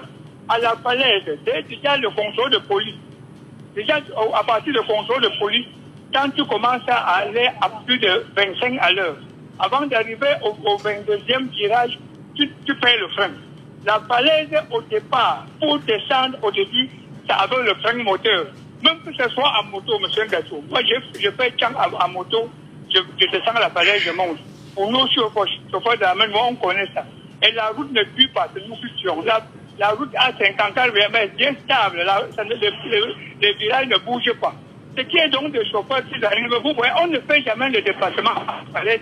On descend avec le frein moteur jusqu'à 36 virages, là où en premier pont, avant de chercher à lancer le véhicule. C'est ce qui manque à nos chauffeurs. Et deux, M. Ngassou, il y a une route à partir de Santou que les Allemands avaient conçue. Peut-être les rails devaient passer là pour aller à Congo, où on est sorti à Tchang, sans aucune montée. Je ne sais pas pourquoi l'État de Cameroun n'a pas mis cette route que les Allemands avaient fait à la Maine-Moi en valeur pour éviter la falaise. Autant de choses. Rappelez-nous, la route part d'où à où? La route, après le premier pont qui est dans la ville de Santou, ça devient vers la même gauche, en allant vers F4, donc ça dit Fondora, Fossowantek, tout ça. C'est les Allemands qui avaient fait cette route. Ça existe bel et bien. On ne grimpe même pas la falaise. Ça devait contourner et sortir. Donc c'est un contournement où c'était prévu. Même le train, s'il arrive que le train aille à Bamenga, c'est pas cette voie où je vous dis que les Allemands avaient fait. C'est dans nos plantations. Je maîtrise bien cette route, M. Ngassou. Allez demander aux natures de Santou, on va vous montrer cette route. Alors, ça veut dire qu'une route comme ça existe, fidèle. Une route comme ça, il faut simplement l'aménager. C'est dans nos plantations, M. Ngassou. Et il faut simplement l'aménager en réalité. Si on faisait cette route, il n'y a plus de falaise, il n'y a pas d'accident à la falaise. Ça existe bel et bien, ça passe dans nos plantations. C'est une route que je maîtrise bien, M. Ngassou. Très bien. Merci. À vous de contrôler et rendre le verdict au peuple camerounais. Ça existe bel et bien. Voilà. Nous espérons bien évidemment que cette émission sera bien sûr partagée jusqu'au niveau du ministère du Transport, afin que non seulement l'homologue du transport transmette le message à celui des travaux publics pour lui rappeler effectivement que pour éviter de nouveaux accidents dans les jours ou dans les mois qui vont suivre, il y a cette route-là qu'il faudrait bien sûr aménager. Maintenant, on en reparle. Nous avons quelqu'un sur TikTok qui nous attend, c'est Lavi. On prend Lavi en direct pour son avis, bien évidemment, là-dessus. Alors, bonjour Lavi. Bonjour, monsieur Gachou. Comment vous allez? Bonjour pour le pays. Merci beaucoup. Alors, justement, non seulement vous êtes en direct sur le panel, vous êtes également en direct sur la radio Jambo FM. Quelle lecture vous faites des nombreux accidents que nous reconnaissons aujourd'hui à la falaise de Tchang, notamment le dernier en date qui a fait 10 morts hier? Bon, c'est regrettable ces décès. Bon, je pense que ces décès pouvaient l'éviter, puisque beaucoup, les Camerounais le dénoncent par rapport à la falaise de Tchangla. Je pense qu'on a tellement dénoncé qu'il y a trop d'accidents que le ministre chargé des routes doit s'occuper de ce cas, mais on voit aucune réponse. On voit aussi les Camerounais qui restent silencieux face à ce qui se passe face aux accidents qu'on dénonce parfois dans les réseaux sociaux, dans les chaînes télévisées. Je remets la faute aussi à la responsabilité des Camerounais qui restent parfois silencieux au lieu de dénoncer. Alors, dans la dénonciation, qu'est-ce que tu attends des Camerounais? Qu'est-ce qu'ils doivent dire concrètement pour dénoncer afin d'avoir certainement l'impact que tu recherches au niveau de l'action gouvernementale? Je demande aux Camerounais, lorsque le ministre des Travaux ne réagit pas, au lieu de faire une manifestation devant son bureau, exiger une bonne route vers la falaise des Tchang, aussi dans les autres routes du Cameroun. D'accord. Donc, pour vous, les Camerounais devraient se lever, manifester devant le ministère des Travaux publics et lui revendiquer de nous donner de bonnes routes afin d'éviter ces accidents-là, à la longue. Oui, je pense que c'est ça. Parce que le fait de parler sur les réseaux sociaux, bon, ça n'arrange pas les choses. Bon, la meilleure façon, c'est de marcher devant ses bureaux. Avec les photos des accidents, le montrer, voici le travail qu'il fait. Le mauvais travail qu'il donne aux Camerounais. Selon mon avis, Si les Camerounais le font plusieurs fois, je pense que ce ministère va se mettre au travail ou on va le remplacer par un autre ministère qui est plus compétent. Super. C'est bien sûr votre point de vue, l'avis, nous respectons. Merci beaucoup pour votre intervention ce matin. Nous sommes en direct sur la radio. Nous prenons un autre intervenant, l'homme de Nzamoua. Il est là avec nous, bonjour. Allô? Oui, bonjour, bonjour. Oui, vous êtes où exactement? Vous nous appelez d'où? Oui, je vous appelle depuis la France. Ah d'accord, merci. Vous êtes hors du Cameroun, votre cœur bat pour le Cameroun, bien évidemment. La falaise de Tchang, la précédente, on va dire, la vie pense que les Camerounais devraient manifester afin d'exiger une nouvelle route. Peut-être pour éviter de continuer à passer par Tchang. Qu'est-ce que vous en dites, vous? Oui, en fait, ce que moi j'en dis, c'est que les problèmes que nous avons aujourd'hui à la falaise, ça ne date pas d'aujourd'hui, hein. Ça date de depuis. Je me rappelle à une époque, lorsque j'étais étudiant à l'université de Tchang, on a fait des descentes là, avec les enseignants, parce qu'on avait des cours sur le développement durable, où on allait là-bas avec les enseignants. Eux-mêmes, ils nous expliquaient les risques que présentait la falaise. Et aussi, ils nous montraient comment, voilà, elle est abandonnée elle-même, parce que je pense que lorsqu'on construit une route, lorsque cette falaise-là fait partie normalement du développement d'un pays, hein, parce que quand on parle de développement, il faut que les gens puissent circuler, voilà. Lorsqu'on construit une route, il y a aussi la gestion, la maintenance. On ne construit pas pour abandonner. Et au regard d'aujourd'hui, lorsqu'on regarde cette falaise, vraiment, le papa a parlé tout à l'heure là, c'est vraiment, il y a beaucoup de risques là-bas. Les garde-fous, il y a des endroits où il y en a même presque pas de garde-fous. Et même quand il y en a, c'est quelle qualité? Vous voyez un peu. Donc, je pense que vraiment, c'est une question de gestion et de maintenance qui n'est pas faite à ce niveau-là. Et je pense aussi que toute voiture qui circule là-bas paie la taxe de circulation, paie des assurances. On ne peut pas me dire qu'il n'y a pas de moyens pour pouvoir, voilà, sécuriser les voitures, les gens qui passent par là. On ne peut pas me dire ça. Donc, c'est vraiment un manque de volonté pour moi, de la part des autorités. Voilà. Et on ne peut pas demander aux pauvres populations d'aller, voilà, qui vont aller peut-être, je ne sais pas, j'ai écouté certains disaient que les populations doivent s'arranger pour gérer ça. Non, je ne pense pas. Et vous avez demandé, est-ce que les populations doivent gréver? Bon, je pense que dans le seul recours qu'une population... Non, j'ai repris l'expression de la sœur, hein, qui demandait qu'il faudrait que les gens apprennent à aller manifester. Et je disais, mais même s'ils le faisaient, est-ce que ceci va résorber le problème des accidents pendant qu'on y est? C'est un peu ça. Oui, justement, mais vous savez, chez nos pays, les gens, on a toujours bon manifesté, mais nous connaissons tous la suite. Hein. Mais toujours est-il que nous savons que dans toute société, le peuple, c'est le seul recours que le peuple peut avoir. C'est-à-dire dénoncer, manifester. Bon, je ne peux pas dire aux gens de ne pas s'organiser pour se prononcer sur cette question. Il faut en parler. Il faut que le gouvernement fasse quelque chose. C'est les Camerounais qui meurent là chaque jour. Vous voyez un peu. Donc vraiment, il faut que l'État fasse quelque chose. C'est ce que moi, voilà. Très bien. Merci beaucoup. Georgette nous retrouve ce matin. Georgette, bonjour à vous et bienvenue, Georgette. Bonjour, Michel Gachou. Bonjour. Je suis passée par là pour intervenir. Hein. Voilà. Bonjour la vie, maman. Comment tu vas? Alors, justement, vous êtes en direct de la radio également. Vous savez, avec le système actuel qu'on a au Cameroun, ça fait des années qu'on a mis la peur et la détresse sur les Camerounais. Donc les Camerounais vivent avec la peur, les trouilles. Les Camerounais sont des trouillards, donc ils vivent avec la trouille. Donc ce gouvernement a passé son temps à créer la trouille parmi les Camerounais, c'est-à-dire et quand ils font, par exemple, si on arrête un Camerounais, on le torture visiblement et on montre les images. En fait, on vous montre les images de la torture de ce Camerounais pour prévenir aux autres que si vous essayez pareil, vous essayez de dénoncer, vous essayez de marcher, vous essayez de faire des marches pour dénoncer la malgouvernance, vous serez torturé ainsi. Alors. Donc, ce qui fait que, au fil des années, les Camerounais vivent dans la terreur et la peur. Même ceux qui viennent juste nous insulter, nous qui dénonçons, nous aurons dénoncé parce que nous sommes à l'extérieur, on dénonce, ils nous appellent, venez faire ça ici. Donc, les Camerounais, le peuple camerounais, les citoyens camerounais sont de nos propres comment on peut dire ça, nos propres dictateurs. Donc, ils nous dictent, nous, ici en France, peut-être en Europe, en Allemagne, aux États-Unis, nous qui dénonçons, parce qu'on veut leur bien, ils nous terrorisent en nous disant, venez faire ça ici pour qu'on vienne souffrir comme eux, on vient être torturé, tué, empoisonné. Alors Georgette, nous parlons quand même de 15 personnes mortes sur la falaise de Tchang en l'espace de quelques jours seulement. Non, Michel, j'arrive. La preuve, dernièrement, il y avait eu, tu te rappelles,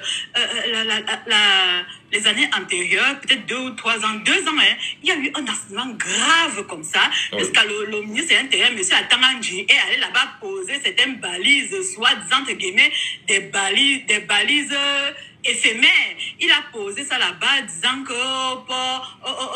au rond-point de là-bas de la falaise de Tchang, il n'y aura plus d'accident. Il a fait toute une cérémonie. Tu te rappelles? On s'en souvient très bien. Il a fait toute une cérémonie. Oui. On est où aujourd'hui avec ça? On est où aujourd'hui avec ça? Les Camerounais doivent apprendre à s'élever. Moi, les accidents qu'il y a eu là, c'est choses connues. On est fatigué. Tant que le peuple camerounais, on ne peut pas avoir une liberté sans se battre. Ça n'existe pas. On va rester pleurnicher sur les panels, crier, pleurer comme on pleure aujourd'hui là. On va continuer. Mais comme a dit le président lui, Moïse Kamto, ceux qui vont mourir, ceux qui vont rester. Hein? Il faut qu'à la fin, on prenne le destin en main. Même ici, en Europe, où on vit, quand il y a moins de défauts, les gens sont déjà mal. Malgré qu'on pince les yeux, on casse les bras, les gens sont toujours dehors. Les gens sont toujours dehors. La culture de la peur qu'on a inculquée aux Camerounais, c'est-à-dire, Michel Naturel, par exemple, une femme accouche à l'hôpital, elle perd ses 2 bébés pour manque de couveuse, pour manque... Par exemple, les femmes camerounaises, elles ne s'indignent pas. Est-ce que tu as vu quelque part où elles sont indignées, quelque part ou quoi que ce soit? Rien ne fait. Rien que seulement en commençant, rien que le simple fait basique, hein, de s'indigner d'une femme qui accouche et qui est enchaînée à l'hôpital. Les femmes camerounaises, nous les mamans, les enfants, on ne s'indigne pas. Hein? Combien de fois un accident où 15 personnes sont mortes sur la route, je ne sais pas où, sur une piste de l'époque coloniale de 1900, avant Jésus-Christ, avant quoi, les gens sont morts là-bas? On va venir s'indigner pour ça? Rien que seulement au quartier, les accidents sur un rond-point mal tracé, mal fait, les gens ne s'indignent pas. Combien de fois les gens qui sont morts sur une route, piste de l'époque après-coloniale, on va s'indigner. Hein, Michel? Hein? Donc il faut qu'à la fin, on va tourner tout autour du pot. Tant que le peuple camerounais, si on ne s'unit pas pour manifester, pour chasser ces gens-là, on va toujours venir comme ça. Après 2018 va passer, 2024 va passer, on va continuer à faire les plateaux et les plateaux et les plateaux et les plateaux à n'en finir. Hein? Vous voyez un peu. Donc, mon problème, c'est que ce monsieur qui est là à la tête du Cameroun, il a eu un contrat à durée indéterminée et son contrat est en train de tirer à la fin. Et on est en train de voir tous que son contrat à durée indéterminée en train de tirer à la fin. Ce qui fait qu'il y a autant de dégâts. Chacun vole là où il veut. Chacun tue là où il peut. À son niveau. Et ça ne va nulle part. La justice, il n'y en a pas. Il n'y a une affaire. Donc, si nous, le peuple camerounais, le Cameroun nous appartient à nous. Nous, on va partir, on va laisser le Cameroun. Hein? Et d'autres viennent. Donc, si nous, on ne fait pas de partir, on se bat aujourd'hui pour laisser quelque chose de bien et d'honnête à nos enfants. Qui va le faire? C'est pas les gens de l'Union européenne, qui va venir faire te plaindre. Attendez, si pour eux, là, pour eux, c'est quoi? Si on nomme même tout ça, ça les arrange, ça facilite les choses. Hein? Ça facilite. Donc, on va rester tout en pleurnicher. Oh, il y a 15 mois là-bas. Le peuple camerounais doit se lever. Ceux qui vont rester, ceux qui vont mourir. Point barre. Voilà, c'est votre point de vue, Georgette, que nous respectons. Merci. Nous sommes en démocratie, effectivement. Voilà. Et puis nous respectons votre point de vue. Merci beaucoup, Georgette. Ça, c'est mon point de vue. Voilà. Franchement, ça, c'est mon point de vue. Merci beaucoup, voilà. Georgette. Merci beaucoup, Michel. Sur WhatsApp, on a un auditeur sur WhatsApp en même temps. Allô, bonjour. Oui, bonjour, Michel. Bienvenue, mon cher. C'est Donald. Oui, bonjour, Michel. Oui, Donald, appareil. Donald, on dénombre encore des morts sur la falaise de Tchang. Qu'est-ce qui pour vous peut justifier? Aïe, aïe, aïe, aïe, aïe, aïe, aïe. Le son n'est pas bon, Donald? C'est bon. Je vous écoute. Oui, mais il y a un bruit là qu'on reçoit qui n'est pas correct. Voilà. Vous voulez bien vous écarter et répondre loin des bruits, s'il vous plaît. D'accord. D'accord, c'est bon, c'est bon. Nous vous écoutons. Donc, c'est vraiment désolant qu'à moins d'une semaine, que les hécatombes, toujours sur le même tronçon. Mais qu'est-ce qui se passe réellement avec cette falaise? Moi, je pense que moi-même, j'ai eu à prendre ces routes, pas une fois, pas deux fois. Mais je ne sais pas si c'est que quand les conducteurs prennent ces routes, je ne sais pas ce qui se passe. Parce que nous-mêmes, on a été, c'est-à-dire, comme on dit souvent, c'est que Dieu est avec nous. Peut-être qu'aujourd'hui, je ne serai plus là pour vous appeler. Parce que nous ne comprenons pas ce qui arrive. On a l'impression qu'il y a un certain relâchement des chauffeurs lorsqu'ils sont sur cette route. Il y a une certaine, vous allez voir, là-bas, on a limité les routes à 30 km. Je voulais dire c'était 30 km par heure. Donc, vous allez vous rendre compte qu'il y a quand même des gens qui réussissent l'espoir de pouvoir éviter les dépassements. Et c'était le cas pour nous. Pour dire quoi? Pour dire que vraiment, nous savons que nous n'avons pas assez de routes. Nous n'avons pas les routes adaptées, nous n'avons pas assez d'infrastructures, mais je pense que la responsabilité humaine est en premier. Mais Donald, oui. Juste une solution évoquée, et vous me donnerez bien sûr votre avis. Est-ce qu'au moins sur cette falaise de Tchang, on peut au moins avoir des postes de contrôle permanents sur cette falaise-là, pour se rassurer au moins que les gens respectent les kilométrages? Parce qu'on se rend compte que voilà, on voit des gens tout le temps, on va dire, il y a comment on dit ça, il y a des radars un peu partout, on cible ceux qui vont pouvoir payer de l'argent, mais pourtant là-bas, il y a des vies importantes à sécuriser, non? Oui, en fait, moi c'est des pistes. Moi, je pense que la gendarmerie nationale devrait vraiment prendre ce problème. Et si possible, on passe des contrôles mobiles sur ce tronçon. Parce que moi, je ne comprends pas comment un petit tronçon ainsi comme celui-là, pourtant bien fait, il faut bien le dire, pourtant bien fait, crée assez de dommages. Parce que la route n'est pas conçue pour tuer les gens, disons la vérité. Ouais. La route est conçue pour faciliter la mobilité, pour faciliter la fluidité des personnes et des biens. Bon, si maintenant une route devient plutôt, je voulais dire, devient plutôt un cimetière, on doit se questionner. Et moi, j'ai dit, la meilleure façon pour résoudre ce problème d'abord, c'est de questionner les responsabilités des uns et des autres.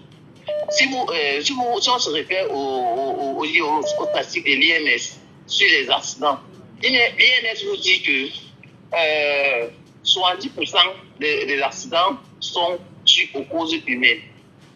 20% sont dus aux causes matérielles, c'est-à-dire à l'état de véhicule, et 10% aux routes. Alors, vous comprenez donc que... Ça, c'est l'Institut national de la statistique du Cameroun, c'est ça? C'est ça. Vous comprenez donc que la responsabilité humaine, elle est tellement engagée. Parce que vous vous demandez qu'est-ce qui peut bien motiver ça? On peut bien comprendre qu'il y a une certaine précarité dans lequel viennent la plupart de ces conducteurs. Parce qu'il faut dire la plupart sont payés pour attendre des voyages. Disons la vérité. La plupart sont payés pour attendre les voyages. Du coup, il y a ce souci de faire plusieurs voyages en train de maximiser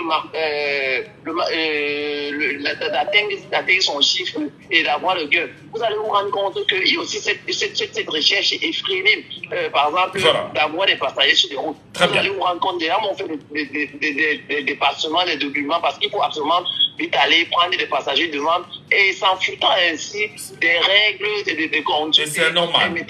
C'est inacceptable. Oui. C'est inacceptable. C'est très vrai. Oui. Et maintenant, vous allez vous rendre compte. Moi maintenant, il faut très rapidement. Oui, il faut aussi tenir compte que la densité humaine, elle est évolutive. Maintenant, il faut adapter nos infrastructures par rapport à cette densité humaine. Par exemple, moi, je trouve qu'aujourd'hui, en 2024, on pourrait, par exemple, penser à mettre des autoroutes sur les nationales. Là, on n'aura plus des accidents frontaux. Parce que généralement, vous allez vous rendre compte, qu'est-ce qui cause plus d'accidents sur nos routes? C'est le troisième dépassement. C'est le troisième dépassement. Sur 100% d'accidents que vous allez prendre, vous allez vous rendre au moins 80% sont des dépassements. Merci. En troisième position. Merci Donald. Merci beaucoup, Donald. Il y a eu quand même 5 minutes là-dessus. Hein. Malheureusement, il est parti de l'autre côté là-bas. Beaucoup de réactions sur cette question concernant l'accident que nous avions eu hier sur la falaise de Tchang. Il y a d'ailleurs Gauthier Ndoche qui dit que depuis 40 ans, restez toujours à questionner vos responsabilités. Il y a même la folie au Cameroun. Tous des zinzins. Ah ben voilà, c'est son point de vue. Hein. En tant que citoyen, nous le respectons. Il y a Jack of London qui dit que les élections arrivent et ils font leur travail qu'ils n'ont bien faire. Tuer les enfants des autres pour se maintenir au pouvoir. Ce problème est mystique. Voilà. On s'arrête là. Hein. C'est bien sûr des réactions que nous avons de nos Camerounais qui réagissent sur prenons du temps en ligne. Allô, bonjour. Oui, monsieur Ngatou, bonjour. Bonjour, monsieur. Bienvenue. Gagnons du temps sur ce sujet, s'il vous plaît. Oui, merci, monsieur Ngatou. Nous vous appelons comment? Oui, c'est Pascal qui est en ligne. Pascal, vous êtes le dernier auditeur à réaliser sur ce sujet parce qu'on a un deuxième, on a un troisième. Qu'est-ce que vous en dites, Pascal? Qu'est-ce qu'il faut faire pour stopper la saignée à la falaise de Tchang? On pense qu'il faut revoir l'ancienne voie par laquelle, qui avait été construite par les Allemands. D'autres disent qu'il faut des autoroutes, cette fois-ci. Monsieur Michel Ngatou, est-ce que c'est seulement à la falaise de Tchang qu'on a fait il y a des situations? Non, pas du tout, dans tout le Cameroun. Pas du tout. Je suis un chauffeur depuis plus de 30 ans. Et je ne suis jamais sorti de chez moi un matin, sachant que je dois faire un accident et je suis sorti. On ne prévoit pas un accident. Et aucun chauffeur ne souhaiterait jamais sortir et aller en route. Beaucoup d'auditeurs ont intervenu, vraiment, je n'ai pas compris un pan. Ils évitent ou ils ne comprennent pas. Le monde est d'abord spirituel, monsieur Ngatou. Quoi que vous fassiez, ça ne peut pas changer. Les données ne peuvent pas changer. On ne peut pas stopper les accidents. On ne peut pas arrêter les accidents. Les accidents existent depuis la nuit des temps. Je me souviens à l'époque où le ministre des Transports, l'ancien ministre des Transports, qui est aujourd'hui M. Bello Bouba Magari, quand il avait suspendu le transport de nuit, le matin, il y a eu un grave accident. Je ne sais pas si vous vous souvenez. Oui. Oui, il avait un papier, il avait trouvé... Il y a tellement eu d'accidents au Cameroun qu'à un moment donné... Quand il a suspendu, le matin, il y a eu un grave accident. Je ne sais pas si c'était de la route de Yaoundé ou de l'Ouest. Oui. Alors, donc, les gens doivent savoir une chose, M. Ngatou. Les accidents, comme vous comprenez là, ce n'est pas gratuit. Les gens vont comprendre ça autrement. Ce n'est pas gratuit. Le monde je parle bien du monde entier, au Cameroun, en Afrique, dans tous les continents du monde, est gouverné par des sectes. Et quand il y a accident, il y a mort. Donc, quand il y a mort, donc, ça veut dire que le sang a coulé. Le monde des satanistes vivent que du sang humain. Posez-vous la question depuis que vous êtes M. Ngatou. Pourquoi est-ce qu'il y a toujours les guerres? Vous ne vous avez jamais posé des questions. Pourquoi est-ce qu'il y a toujours des accidents malgré les précautions que les hommes vont prendre? Il y a toujours des accidents. C'est parce que ce sont des choses spirituelles et qu'on ne peut pas stopper. Si quelqu'un est un chauffeur aujourd'hui, ce qu'il peut faire, c'est qu'à chaque fois quand il sort de chez lui, il doit prier avant de sortir. Avant d'aller conduire. Mais attendez. Au-delà de la question spirituelle que vous évoquez, d'ailleurs, que nous respectons, puisqu'il s'agit également des facteurs très humains, est-ce qu'il n'y a pas une responsabilité sociale, d'abord de la part de l'État du Cameroun, en donnant des routes de qualité aux Camerounais? Est-ce qu'il n'y a pas une responsabilité sociale des conducteurs en conduisant de façon responsable? Est-ce qu'il n'y a pas une responsabilité sociale encore de l'État du Cameroun à aménager et à mieux refaire ces routes-là lorsqu'on a des dangers, lorsqu'on a des accidents comme c'est le cas? Est-ce que tout peut s'expliquer forcément par le spirituel? Bien que nous respectons votre point de vue aussi, cher monsieur. Non, monsieur Michel Ngatou. Oui. Ce n'est pas seulement au Cameroun qu'il y a des accidents, vous savez, vous le connaissez très bien. Nous sommes d'accord. Et ce n'est pas seulement sur les mauvaises routes qu'il y a des accidents. Et chez les gens, il y a des autoroutes, il y a des accidents sur les autoroutes. On parlait du chauffeur qui a mal conduit. Est-ce qu'un chauffeur sort de chez lui pour aller mal conduire et lui-même laisser sa peau en route? Je ne crois pas. Quand vous êtes déjà visé dans ce cas de choses, il y a ces gens, quand on parlait du cas spirituel, on postait des démons, parce qu'il y a les démons d'accident qui existent. Les démons, tout mal qui existe a un démon. Il peut avoir les démons de pendaison, les démons d'incendie, les démons d'accident, il y a tout. Alors, au moment où ils ont besoin de se ravitailler, ils savent très bien que voilà, une route qui est tellement fréquentée. Comme ça peut ne même pas être fréquenté. Il peut poster un démon d'accident. Voilà. Et quand un chauffeur vient, c'est pas parce qu'il conduit mal. Très bien. On a compris. On a compris. Ce jour-là, tu vas faire l'accident mortel. On a compris, Pascal. On a compris vraiment, chers frères. Merci beaucoup. Et nous restons respectueux, bien évidemment, des avis. Et bien voilà, donc lui il a pris le segment, on va dire spirituel, qui voudra en même temps probablement que les chants traditionnels se mettent ensemble et aillent voir exactement ce qui se passe au niveau de la falaise. Et tout ce que nous avons, est-ce que vous pensez que vous les avez sans véritablement, ça va vous en servir? Merci à vous, mesdames et messieurs. Laissons parler les gens. Troisième sujet. Mesdames et messieurs, nous avons choisi ce matin exceptionnellement de sortir un peu du Cameroun et de regarder loin du Cameroun. Peut-être les avis, peut-être les attitudes des autres pourraient bien sûr parler aux Camerounais aujourd'hui. Nous allons nous pencher sur la question du panafricanisme. Panafricanisme tel que Biarvé l'avait pensé, panafricanisme tel que l'avait pensé effectivement Kwame Nkrumah et les pères fondateurs de ce panafricanisme-là. On a le cas du Sénégal qui de plus en plus devient inquiétant depuis quelques jours. Que se passe-t-il avec les populations africaines remontées vis-à-vis du président, l'actuel président sénégalais Diomaye Faye et Ousmane Sonko, qui sont arrivés au pouvoir brandissant le spectre panafricaniste afin, bien évidemment, de rompre avec les habitudes colonialistes.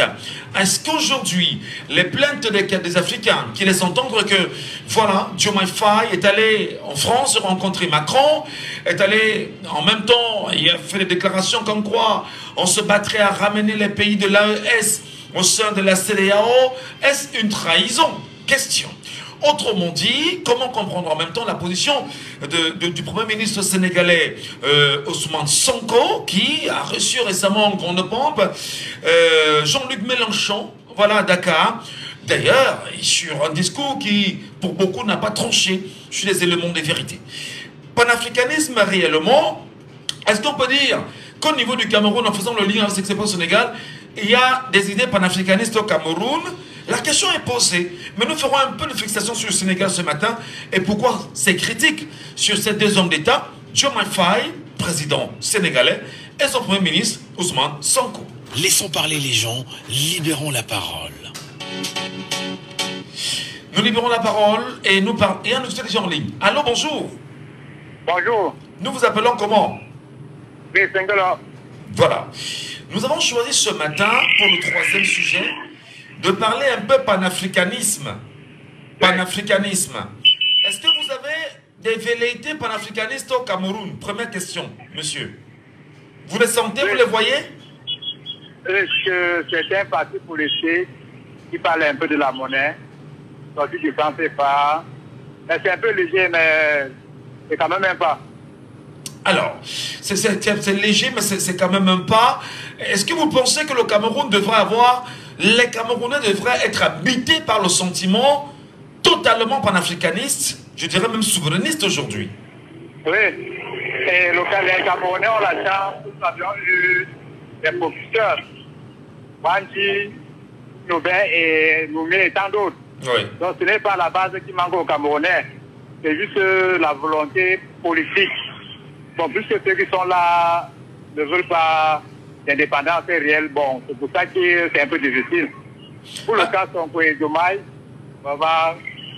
c'est le loup qui s'est caché avec la peau du mouton. Hein. C'est ce que je peux voir parce qu'il arrive dans la bergerie comme un mouton, mais c'est un loup. Beaucoup de gens disaient que non, donnons-leur un peu du temps pour réagir, pour voir les rouages. Mais on voit que les premières décisions, c'est à 180 degrés.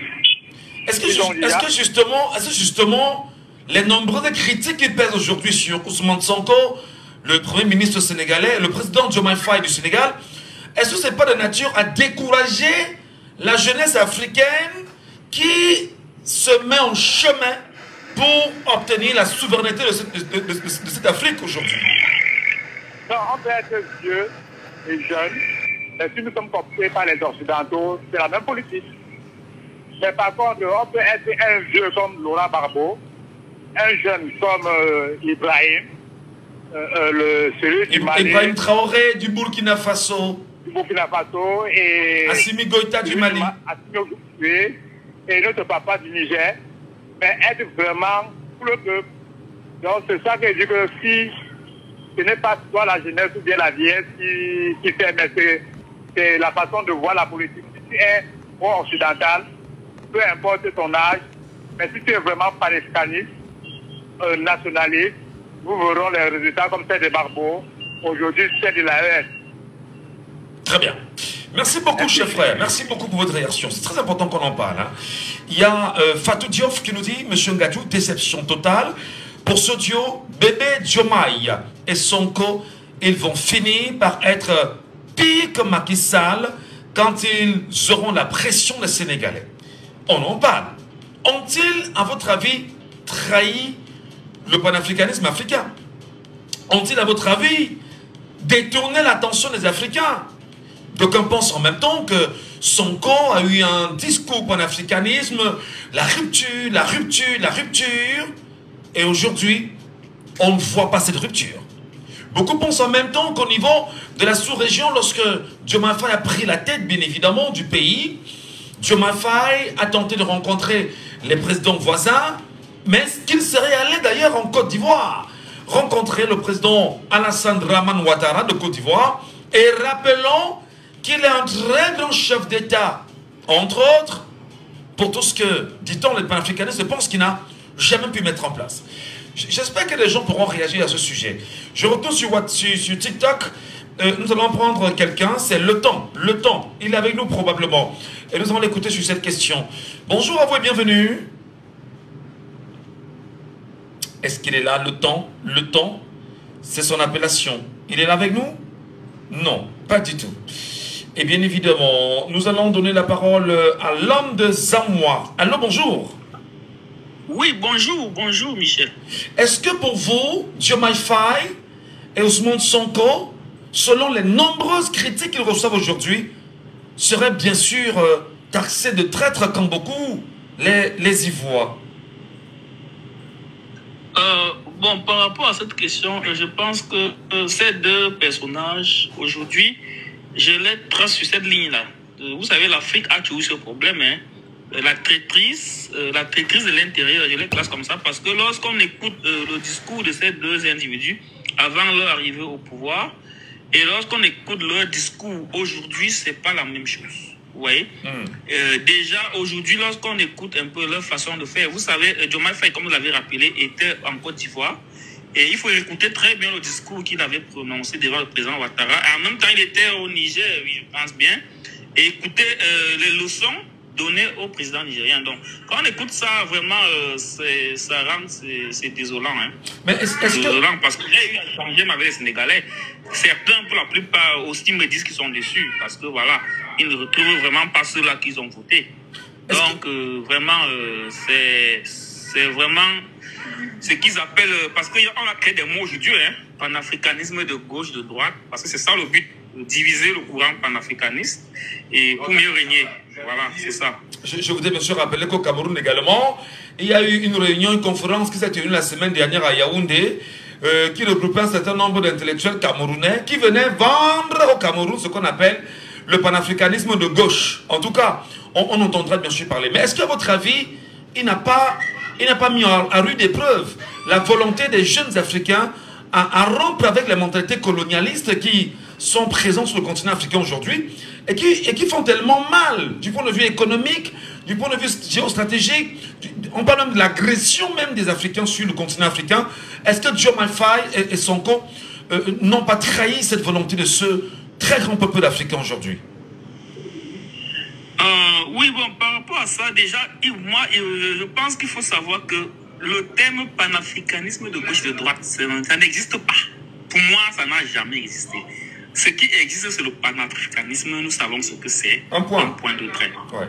Oui, et aujourd'hui, pour ce qui concerne nos chefs d'État, on sait, ils sont là, ils sont pas là vraiment pour leur pays. Voilà, c'est la manipulation. Et même le panafricanisme aujourd'hui qu'on a, même surtout au Cameroun, c'est pas du panafricanisme. Parce que quand vous regardez ceux-là qui représentent, surtout sur des panels comme parfois Afrique Média, c'est des gens financés par nos chefs d'État. Vous voyez? Donc ils sont pas là, voilà, quand ça arrange les chefs d'État, ils sont des panafricains, il faut tirer sur l'Occident. Voilà, et maintenant, lorsqu'il faut parler même de leur chef d'État, ceux-là, quand il faut parler du Cameroun, ils n'en parlent pas.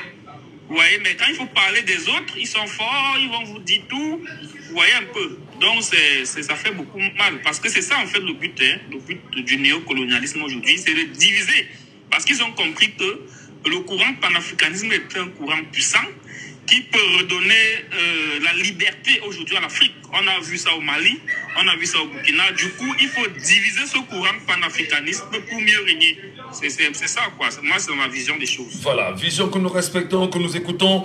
Et nous vous disons merci d'avoir réagi. Nous restons bien sûr avec nos auditeurs. Allô, bonjour sur WhatsApp. Il est avec nous sur WhatsApp. Allô, bonjour. Oui, Michel. Oui, Bertrand, bienvenue à nouveau. Alors, je voulais parler de Sonko et Diomaye, bien évidemment. Voilà. Moi, je pense que c'est des personnes dans les partis qui avaient vraiment des idées panafricanistes et qui voulaient vraiment faire quelque chose, en fait. Mais la réalité du pouvoir les a rattrapés. Je pense que pour être au pouvoir, il y a eu des contrats qu'ils ont signés. Des accords. C'est mon avis à moi. Il y a eu des contrats qu'ils ont signés pour accéder au pouvoir parce que il faut comprendre que de manière stratégique, le Sénégal est un pays très important pour la France.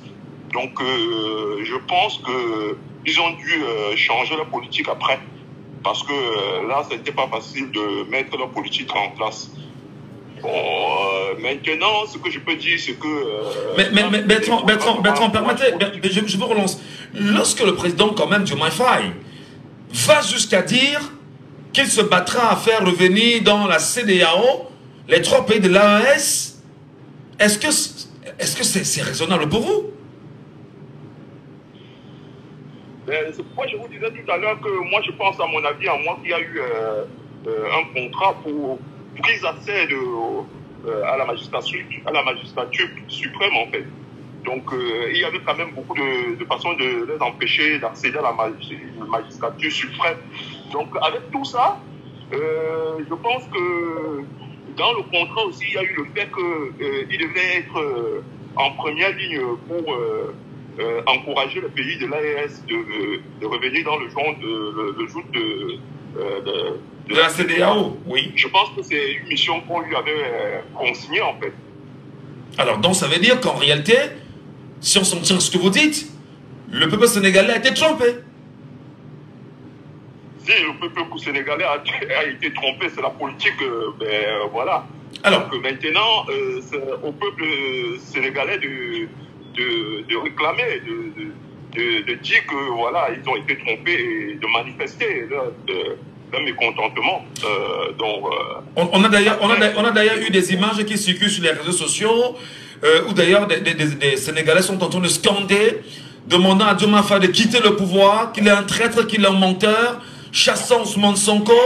Est-ce qu'on ne peut pas dire que c'est trop tôt quand même, parce qu'on ne s'attendait pas à ça de si tôt de ce peuple sénégalais-là? C'est très tôt, c'est une déception pour le Sénégalais et c'est une déception pour les Africains panafricanistes. Bon, maintenant, il y a beaucoup de possibilités pour que le peuple sénégalais puisse faire entendre leur voix. Il y a des législatives qui arrivent bientôt. Le peuple sénégalais peut se rassembler autour de cette élection pour sanctionner Diomaye Faye et Sonko. Moi, je pense que c'est ce qu'il peut faire pour le moment. D'accord. Mais au Cameroun, on n'en parle pas. Au Cameroun, il y a une semaine, on parlait d'une conférence sur le panafricanisme de gauche. D'ailleurs, David Eboutou en faisait partie. et d'autres professeurs, entre guillemets, hein, d'autres chercheurs camerounais, entre guillemets. Comment vous comprenez qu'au Cameroun, on parle plutôt d'un panafricanisme de gauche au Cameroun?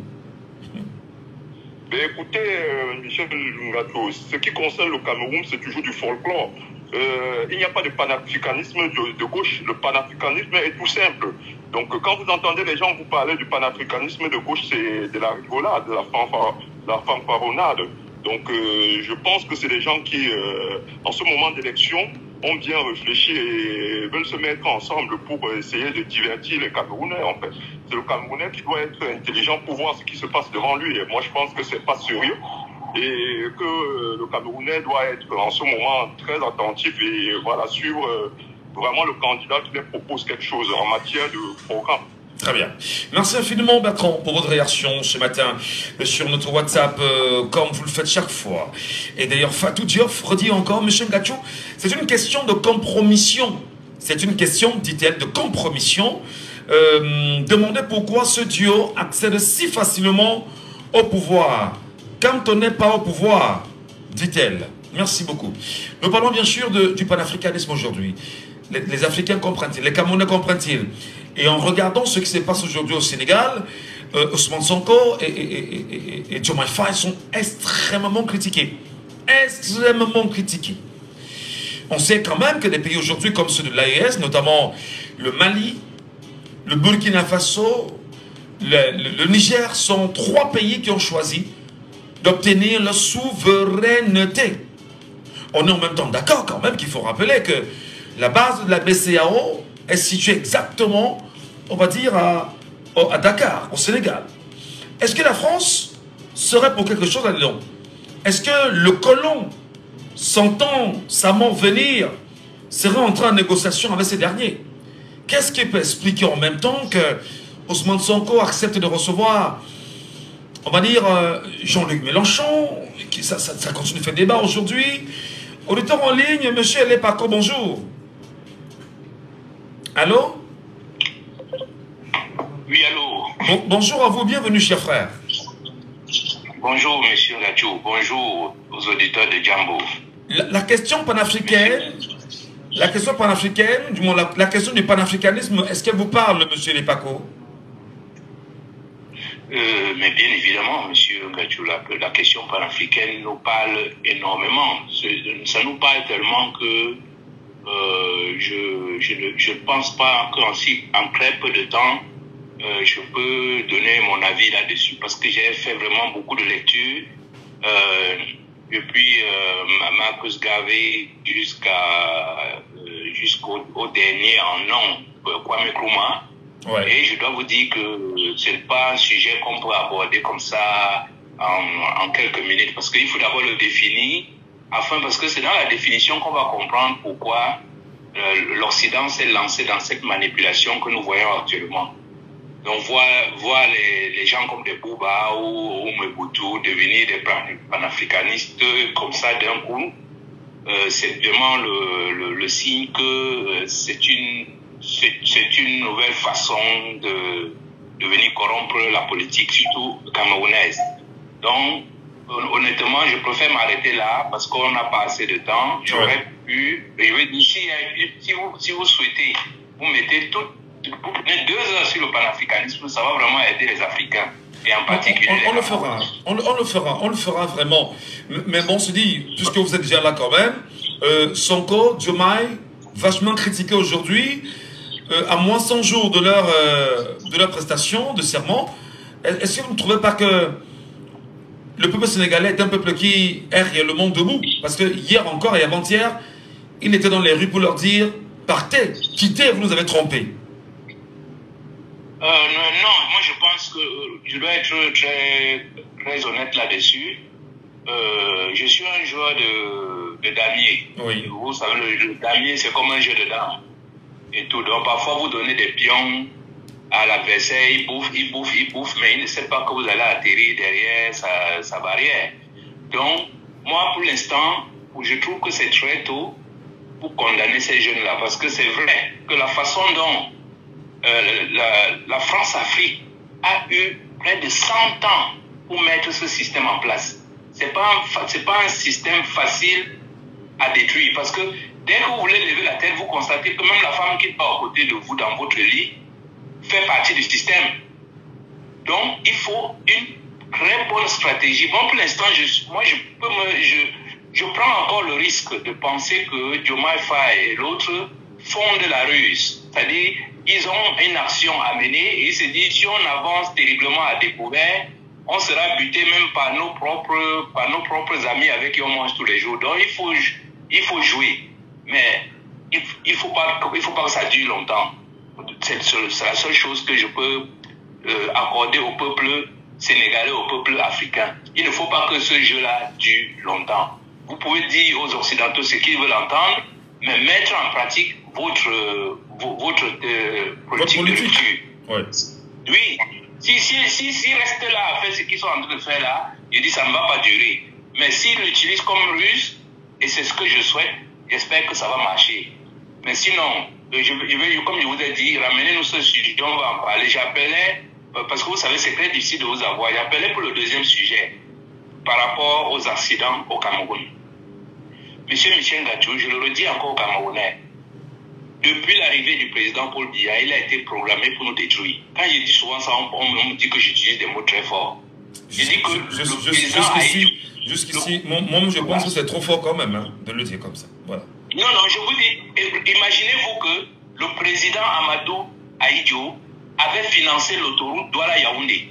Quand le président de la République est arrivé, toute l'autoroute avait été financée, payée. Et on avait beaucoup d'argent de réserve du pétrole dans beaucoup de nos comptes à l'étranger au nom du président de la République camerounaise. Pourquoi cet homme-là, au lieu de faire l'autoroute telle qu'il avait trouvé, il s'est plutôt cantonné à nous faire cette histoire de Arslo. Et depuis, les Camerounais ne savent pas, nous n'avons ni de route, ni d'autoroute, nous avons des pistes. Et pourquoi je dis que le président Paul Biya utilise la route pour détruire les Camerounais? Mais c'est pas le sportif qu'on a vu là, c'est pas le premier à avoir. On en a failli mourir sur la même route. Et combien de professeurs sont morts sur ces routes-là? Donc je dis, c'est un plan programmé. Parce que la route que vous voyez là, monsieur Michel Ngatou, il y a trois paramètres importants. Il y a l'état de la route, il y a l'état des voitures et il y a la qualité des conducteurs. De ces trois-là, il n'y en a pas au Cameroun. Vous prenez les conducteurs, on parlait des camions. Vous connaissez une auto-école où on forme les chauffeurs de camions au Cameroun? Il n'y en a pas. Donc voilà. Et les permis, ça s'achète.